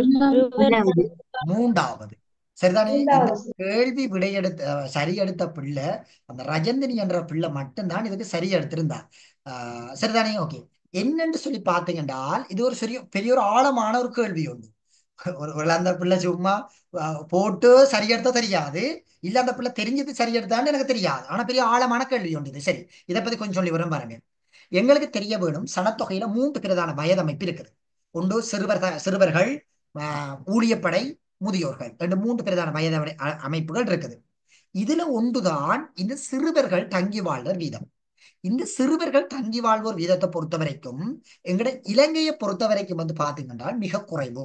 ஏன் என்று சொல்லி பாத்தீங்கன்றால் இன்றைக்கு எங்கட இலங்கையில் இருந்த சிறுவர்கள் வேலைக்கு போகக்கூடிய நிலப்பாடுகள் எல்லாம் இன்றைக்கு எங்கட இலங்கையில வந்து அதிகமாக இருக்குது. அப்ப இதால வந்து பாத்தீங்கன்னா இந்த இலங்கையில் இருக்கின்ற சிறுவர்கள் தங்கி வாழ்றவர்கள் என்று சொல்லி குறிப்பிடுற தன்மைகள் வந்து குறைவாக இருக்குது. இது ஒரு சனத்தொகை சார்ந்த ஒரு பிரச்சனைக்குள்ள சொல்லக்கூடிய ஒரு விடயம். இந்த வறுமை, பொருளாதார நெருக்கடி, கல்வி இடைவிலகல்கள் இப்படியான தன்மையின் காரணமாக இந்த சிறுவர்கள் தங்கி வாழ்வோர் வீதம் வந்து இன்றைக்கு எங்களுக்கு இலங்கையில குறைவடைந்து கொண்டு வருகிறது. இது ஒரு தெளிவாக தெரிகின்ற ஒரு பண்பு என்றது அடிப்படையில் சொல்லப்பட்ட விடயம். சரிதானே? இது ஒரு பொதுவான ஒரு ஜென்ரலான விஷயத்தை தான் நான் ஒரு 15வது வினாவாக இந்த பிள்ளைகிட்ட கேட்டது. அதாவது ரஜேந்திரி மட்டும்தான் அதுல சரி எடுத்து 15க்கு 14 எடுத்திருந்தான் அந்த பிள்ளை MCQல. சரிதானே? கேளுங்க சமீனா. அப்ப இலங்கையில வந்து முதியோர் தொகை குறைவா? முதியோர் தொகை குறைவென்னும் சொல்லலாது, மிக அதிகம் என்னும் சொல்லலாது, ஒரு மத்திமத்தன்மையாக வந்து இருக்கும் முதியோரோட சனத்தொகை. சரிதானே? ஓகே. இப்ப இன்னொரு கேள்வி வரலாம், கேளுங்க. இலங்கையில பிறப்பு வீதம் குறைவடைஞ்சிட்டு தானே போகுது? இலங்கையில பிள்ளை பிறப்பு வீதம் குறைவடைந்து கொண்டுதான் போகுது. ஆனால் இன்னொரு பிரச்சனையை நாங்க பார்க்க வேண்டும் என்னென்றால், எங்களுடைய இலங்கையில இடப்பெயர்வுகள் அதிகமாக நடக்கிறதாலையும் அதே நேரத்தில் வந்து பாத்தீங்கன்னா இறப்பு வீதங்கள் எங்களுக்கு அதிகமாக நிகழ்ந்ததாலையும் அந்த பிறப்புகளினுடைய எண்ணிக்கை குறைவடைந்தது. பிறப்பு வீதம்ன்றதை பத்தி பாத்தீங்கன்னா இந்த கல்வி இதுக்கு ஒரு பிரதான ஒரு தாக்கமா இருக்குது. கட்டாயம் குறைவடைந்து கொண்டுதான் போகுது. ஆனால் இது தொடர்ச்சியாக நீடிக்குமான்னு கேட்டாலும் இல்லை. எங்கேயோ ஒரு நாள் என்ன செய்யலாம், அது மாற்றி அமைக்கப்படக்கூடிய தன்மைகள் வந்து உருவாக்கப்படலாம். இன்றைக்கு பிறப்பு வீதம் குறைவடைந்தான் இருக்குது. சரியா பிள்ளை? Okay sir. ஓகே, சொல்லுங்க. முதியோர் தொகை வந்து எதிர்வு கூறல வந்து அதிகரிக்கும் தானே கூறப்பட்டிருக்குது ஆ, இலங்கையில. இப்ப எங்களுக்கு தெரிய வேணும் பூம்புகள்ன்றது வந்து பாத்தீங்கன்னா அடுத்த கட்டத்துக்கு மாறக்கூடிய தன்மைகளை கொண்டிருக்கும். ஒரு கட்டத்திலிருந்து இன்னும் ஒரு கட்டத்துக்கு என்ன செய்யும், தாவக்கூடிய தன்மைகளாக காணப்படலாம். அப்ப அதால முதியோருடைய சனத்தொகை எதிர்காலங்கள்ல அதிகரிக்கப்படக்கூடிய தன்மைகள் வந்து காணப்படுகிறது. எதிர்காலங்கள் அதிகரிக்கலாம். சரியா பிள்ளை? ஓகே. ஓகே, சரி. இந்த இடவிலக்க படங்களை பொறுத்த வரைக்கும் நான் அந்த பிள்ளைகளுக்கு நேரடியாக விளங்கப்படுத்துவேன். இப்ப என்னோட கிளாஸுக்கு வர பிள்ளைகளுக்கு பிரச்சனை இருக்காது. இடவிலக்க படங்களை பத்தி நான் இதை பத்தி கதைக்க வேண்டிய தேவைப்பாடுகள் இருக்காது. நேரிட வர பிள்ளைகளுக்கு நான் இதை உங்களுக்கு நேரடியாக விளங்கப்படுத்துவேன். சரிதானே? அப்ப அதால நான் இந்த இடவிலக்க படங்களை கதைக்கையில உலகப்படத்தையும் பத்தி கதைக்கையில சூம்ல வர பிள்ளைகளுக்கு உலகப்படமும் பிரச்சனை வராது, இடவிலக்க படமும் பிரச்சனை வராது. எனக்கு வடிவா தெரியும். ஏன்னா இதெல்லாம் கூட நம்ம பிராக்டிகல் செய்திருக்கிறோம். கிட்டத்தட்ட 44 45 இடவிலக்க படம் செஞ்சிருக்கோம். மானிப்பாயிலிருந்து மட்டக்களப்பு மட்டும் செஞ்சிருக்கிறோம் இல்லையா? அதுக்கப்புறம் அங்கே நம்ம செய்வோம் மிச்ச மிச்ச படங்கள் எல்லாம். நாங்க இந்த மானடப்புவியல் முடிய உண்ட விட்டு ஒரு கிழமை நம்ம அதை போட்டு செய்து கொண்டு போகலாம். சரி, இந்த செகண்ட் பார்ட்டை பொறுத்த வரைக்கும் பிள்ளைகள் எல்லாரும் எழுதியிருக்குதுகள். உண்மையில சொல்ல போனால் எழுதியிருக்குதுகள். ஆனா எழுதுற மெதட் தெரியாது. நான் அந்த மெதட் நான் இங்க உங்களுக்கு சொல்ல போறேன். சரி, முதலாவது எங்களுக்கு ஒரு கேள்வி எழுதுன்ற போது உங்களுக்கு 2 விஷயங்கள் தெரிய வேணும். ஒன்று புள்ளிக்கு விடை எழுத வேணும், அடுத்தது உதாரணம் காட்டி எழுத வேணும். இந்த 2 விஷயம் தெரிய வேணும். இப்போ ஒரு புள்ளிக்கு பெரிய 50 பக்கம் எழுதுறது இல்லை. ஒரு புள்ளிக்கு கேள்வி கேட்டால் ஒரு சிம்பிளான விடையா கொடுக்க வேணும். டிரெக்ட் கேள்விகளாக டிரெக்ட் விடைகளாக இருக்க வேணும். இப்ப உதாரணமாக படம் என்ன என்றால் என்னன்றது ஒரு புள்ளிக்கு கேட்டா படம் என்ன என்ன கொடுத்து வார்த்தைகளுக்கு வந்துட வேணும். ஒரு அதை கட்டுக்கட்டா எழுதி இடவிளக்க படத்துக்கு ஒரு தலைங்கம் போட்டு விடை எழுதி, கருப்பொருள் படத்துக்கு தலைங்கம் போட்டு எழுதி, இதுதான் இவங்க செஞ்சு வச்சிருக்கிறாங்க. இங்க நான் இவங்களுக்கு பாறைகள் தொடர்பான ஒரு வினாப்பகுதிகளை கேட்டுக்கு இந்த தீப்பாறை, அடையல் பாறை, உருமாறிய பாறைகளை 3 பக்கம் எழுதினாங்களும் இருக்கிறாங்க. அவ்வளவு நம்ம பிள்ளைகள் அறிவாளிகளா இருக்குதுன்றதான் யோசனை. 2 புள்ளிக்கு 3 பக்கம் எழுதி வச்சிருக்குது. பாறுகள் அதனுடைய வகைப்பாடுகள் எல்லாம் போட்டு அந்த பொறுமுறை ரீதியான அடைதல், ரசாயன ரீதியான அடைதல், உயிர் ரீதியா சேதன ரீதியான அடைதல், இப்படி எல்லாம் போட்டு எழுதி வச்சிருக்குது. இதெல்லாம் கேட்டது அவங்கள்ட்ட சுருக்கமா தான் உங்களை விளக்க சொல்லியிருக்குது. அதுக்கு எழுதி கடைசியில அத ஒருவேளை இப்படியும் இருக்கும். இன்னொரு விஷயம் நோட் பண்ணேன், இந்த பாறைகள் மட்டும் தான் படிச்சு கொண்டு வந்தாங்களோ தெரியாத மட்டும் தான் விளக்கி எழுதி வச்சிருக்காங்க. இப்ப ஒரு விஷயத்தை படிவ ஞாபகம் வச்சிருக்க வேணும். உங்களுக்கு தந்திருக்கிறேன் என்னென்ன விஷயங்களை நீங்க கூட இந்த முறை முக்கியத்துவப்படுத்தி படிக்க வேணும், என்னென்ன கேள்விகள் உங்களுக்கு எதிர்பார்ப்பு ரீதியாக இருக்குது என்ற விஷயங்கள் எல்லாம் உங்களுக்கு வடிவா சொல்லியிருக்கிறேன். அதுகளுக்கு கூட முக்கியத்துவப்படுத்தி என்ன செய்ய வேணும் என்றால் நீங்க பார்த்துக்கொள்ள வேணும். சரிதானே? இதுக்குரிய ஸ்கீம்கள் நான் என்ன செய்யப்படுறேன் என்றால் உங்களுக்கு பெரும்பாலும் என்னடா கேள்வி இதுக்கு வர பிள்ளைகளுக்கு தேவைப்படாது ஸ்கீம். ஏன்னா நான் உங்களுக்கு கேள்விகள் விடைகள் தந்து கொண்டு தானே போறேன். அதால் உங்களுக்கு ஸ்கீம்கள் தேவைப்படாது. சரிதானே? இதுல இருக்கிற விஷயங்களை என்ன செய்ய வேணும் என்று சொல்லி சொன்னால் நீங்களும் ஒருக்கா படிக்க வேணும் வீட்டை. படிச்சுட்டு இப்ப நமக்கு அடுத்த கிளாஸ் இருக்குது. இதுல ரஜந்தினி மற்றது அந்த தம்பி பூனர்ல இருந்து வர பிள்ளைகள் நீங்க 3 பேரும் ஒருக்கா என்ன செய்யணும் என்றால் 9 மணிக்கு கிளாஸுக்கு எனக்கு நேரத்துக்கு வர வேணும். இதுல நீங்க இருக்கீங்கன்றீங்க ரஜந்தி, நீங்க கிளாஸுக்கு சூம் கிளாஸுக்கு வரீங்க. எனக்கு நீங்க ஒரு ஒரு நீங்க 3 பேரும் கொஞ்சம் எனக்கு கிளாஸுக்கு முன்னுக்கு வர வேணும். நான் உங்களுக்கு 3 பேருக்கும் இல்ல பூனூர் பிள்ளைகளும் வாங்க, நாங்கள் சொல்லி விடுவேன். நம்மகிட்ட என்ன குறிப்பிருக்கு தானே, இந்த பூனூர்ல வர பிள்ளைகள் எனக்கு 1 ஹவருக்கு முன்னுக்கு கிளாஸுக்கு வாங்க. நான் உங்களுக்கு இந்த பேப்பர்ல இடவிளக்க படத்தையும் இந்த கேள்வி எழுதுறதுக்குரிய மெதட்டையும் நான் உங்களுக்கு முன்னுக்கு விளங்கப்படுத்தி விடுவேன். சரியா ரஜந்தினி? ஓம் சார். ஓகே, கொஞ்சம் முன்னுக்கு வாங்க. இந்த இடவிளக்க படங்கள் ஏன்னா நீங்க நேரில் என்னட்ட படிக்கும்போது இன்னும் உங்களுக்கு கிளியர் தன்மையோடு வரும். எப்படி எழுதுறது, என்ன அடிப்படையில் நீங்க எழுத வேணும், புள்ளிக்கு எப்படி எழுத வேணும்ன்றதையும் நான் உங்களுக்கு சொல்லிவிடுவேன். என்னோட சூம்ல வர பிள்ளைகளுக்கு நான் ஆல்ரெடி சொல்லி கொடுத்துட்டு அதுக்கேற்ற மாதிரி அவங்களுக்கு நோட் கொடுக்குறேன். அதால அவங்கள பத்தி கதைக்க வேண்டிய தேவைப்பாடுகள் இல்லை. நீங்க சில பேர் அந்த பூனூர் பிள்ளைகள் கொஞ்சம் பேர் வார இல்லை நினைக்கிறேன் சூமுக்கு. ஸோ நான் அவங்களுக்கு நான் என்ன செய்ய போறேன்னு சொன்னால் நேரடியாக கொடுத்து விளக்குவேன். அடுத்தது பிரித்தியாக்கள், மற்றது பட்டத்தில் இருக்கிற விதிஷா, பிரித்தி, திவ்யாக்கள் உங்களுக்கு நான் நேரடியாக தருவேன். சரிதானே? அதை பத்தி பிரச்சனை இல்லை. சரிதானே? ஓகே, யாரும் என்ன டவுட் எதுவும் இருந்தா கேளுங்க. டவுட் நிறைய பேருக்கு வாரது. டவுட் எதுவும் இருந்தா கேளுங்க பிள்ளைகளா. ஏன்னா மற்ற மற்ற பிள்ளைகளுக்கு 9 மணிக்கு கிளாஸ் இருக்குது. சார், சொல்லுங்க. இந்த மேற்படிவாக்கல் முறையில லேயரை கொஞ்சம் காட்டுறேன்னு சொன்னீங்க. மேற்படி வாக்கள் அது 2022ஆம் ஆண்டு காலப்பகுதியில டிலக்ஸா அது இருக்குதா, நான் காட்டி விடுறேன் பாருங்க டிலாவா.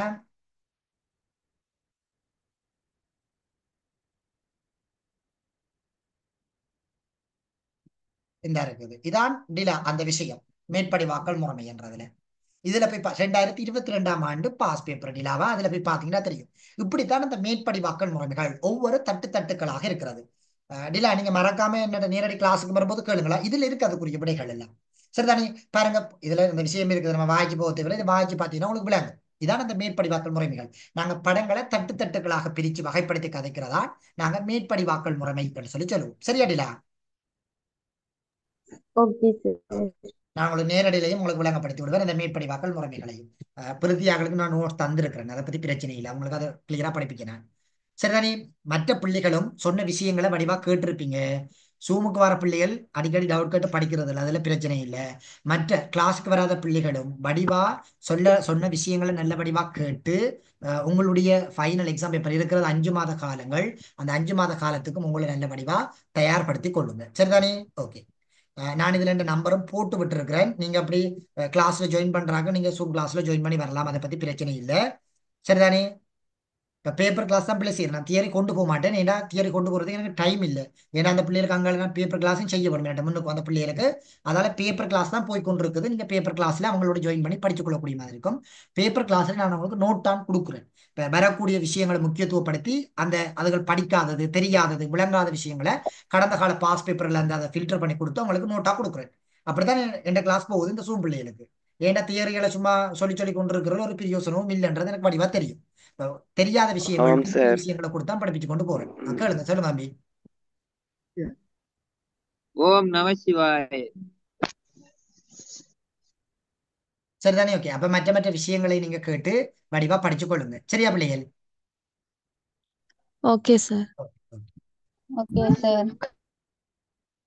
Thank you sir. Okay. Thank you thank you sir. அப்படி பிள்ளை நீங்க நேரடியா வரணும்னா நீங்க அப்படி அந்த மூதூர்ல இருக்கிற ஆட்கள் அப்படி வர போறீங்கன்னா நேரடியா நீங்க பூநகருக்கு வாங்க. அங்க வந்தீங்கன்னா அங்க நேரடி கிளாஸ் போறோம்னா வந்து விளங்கப்படுத்திக் கொள்ளக்கூடியமா இருக்கும். சொல்லுங்க சகரா. சார், இலங்கை வந்து தற்போது எந்த கூமுலகுதுன்னு கேட்டு எதை கொடுக்கணும்? விரிவடையும் கட்டமைப்பு பிளான் இருக்குது. சரியா சகரா? Okay sir.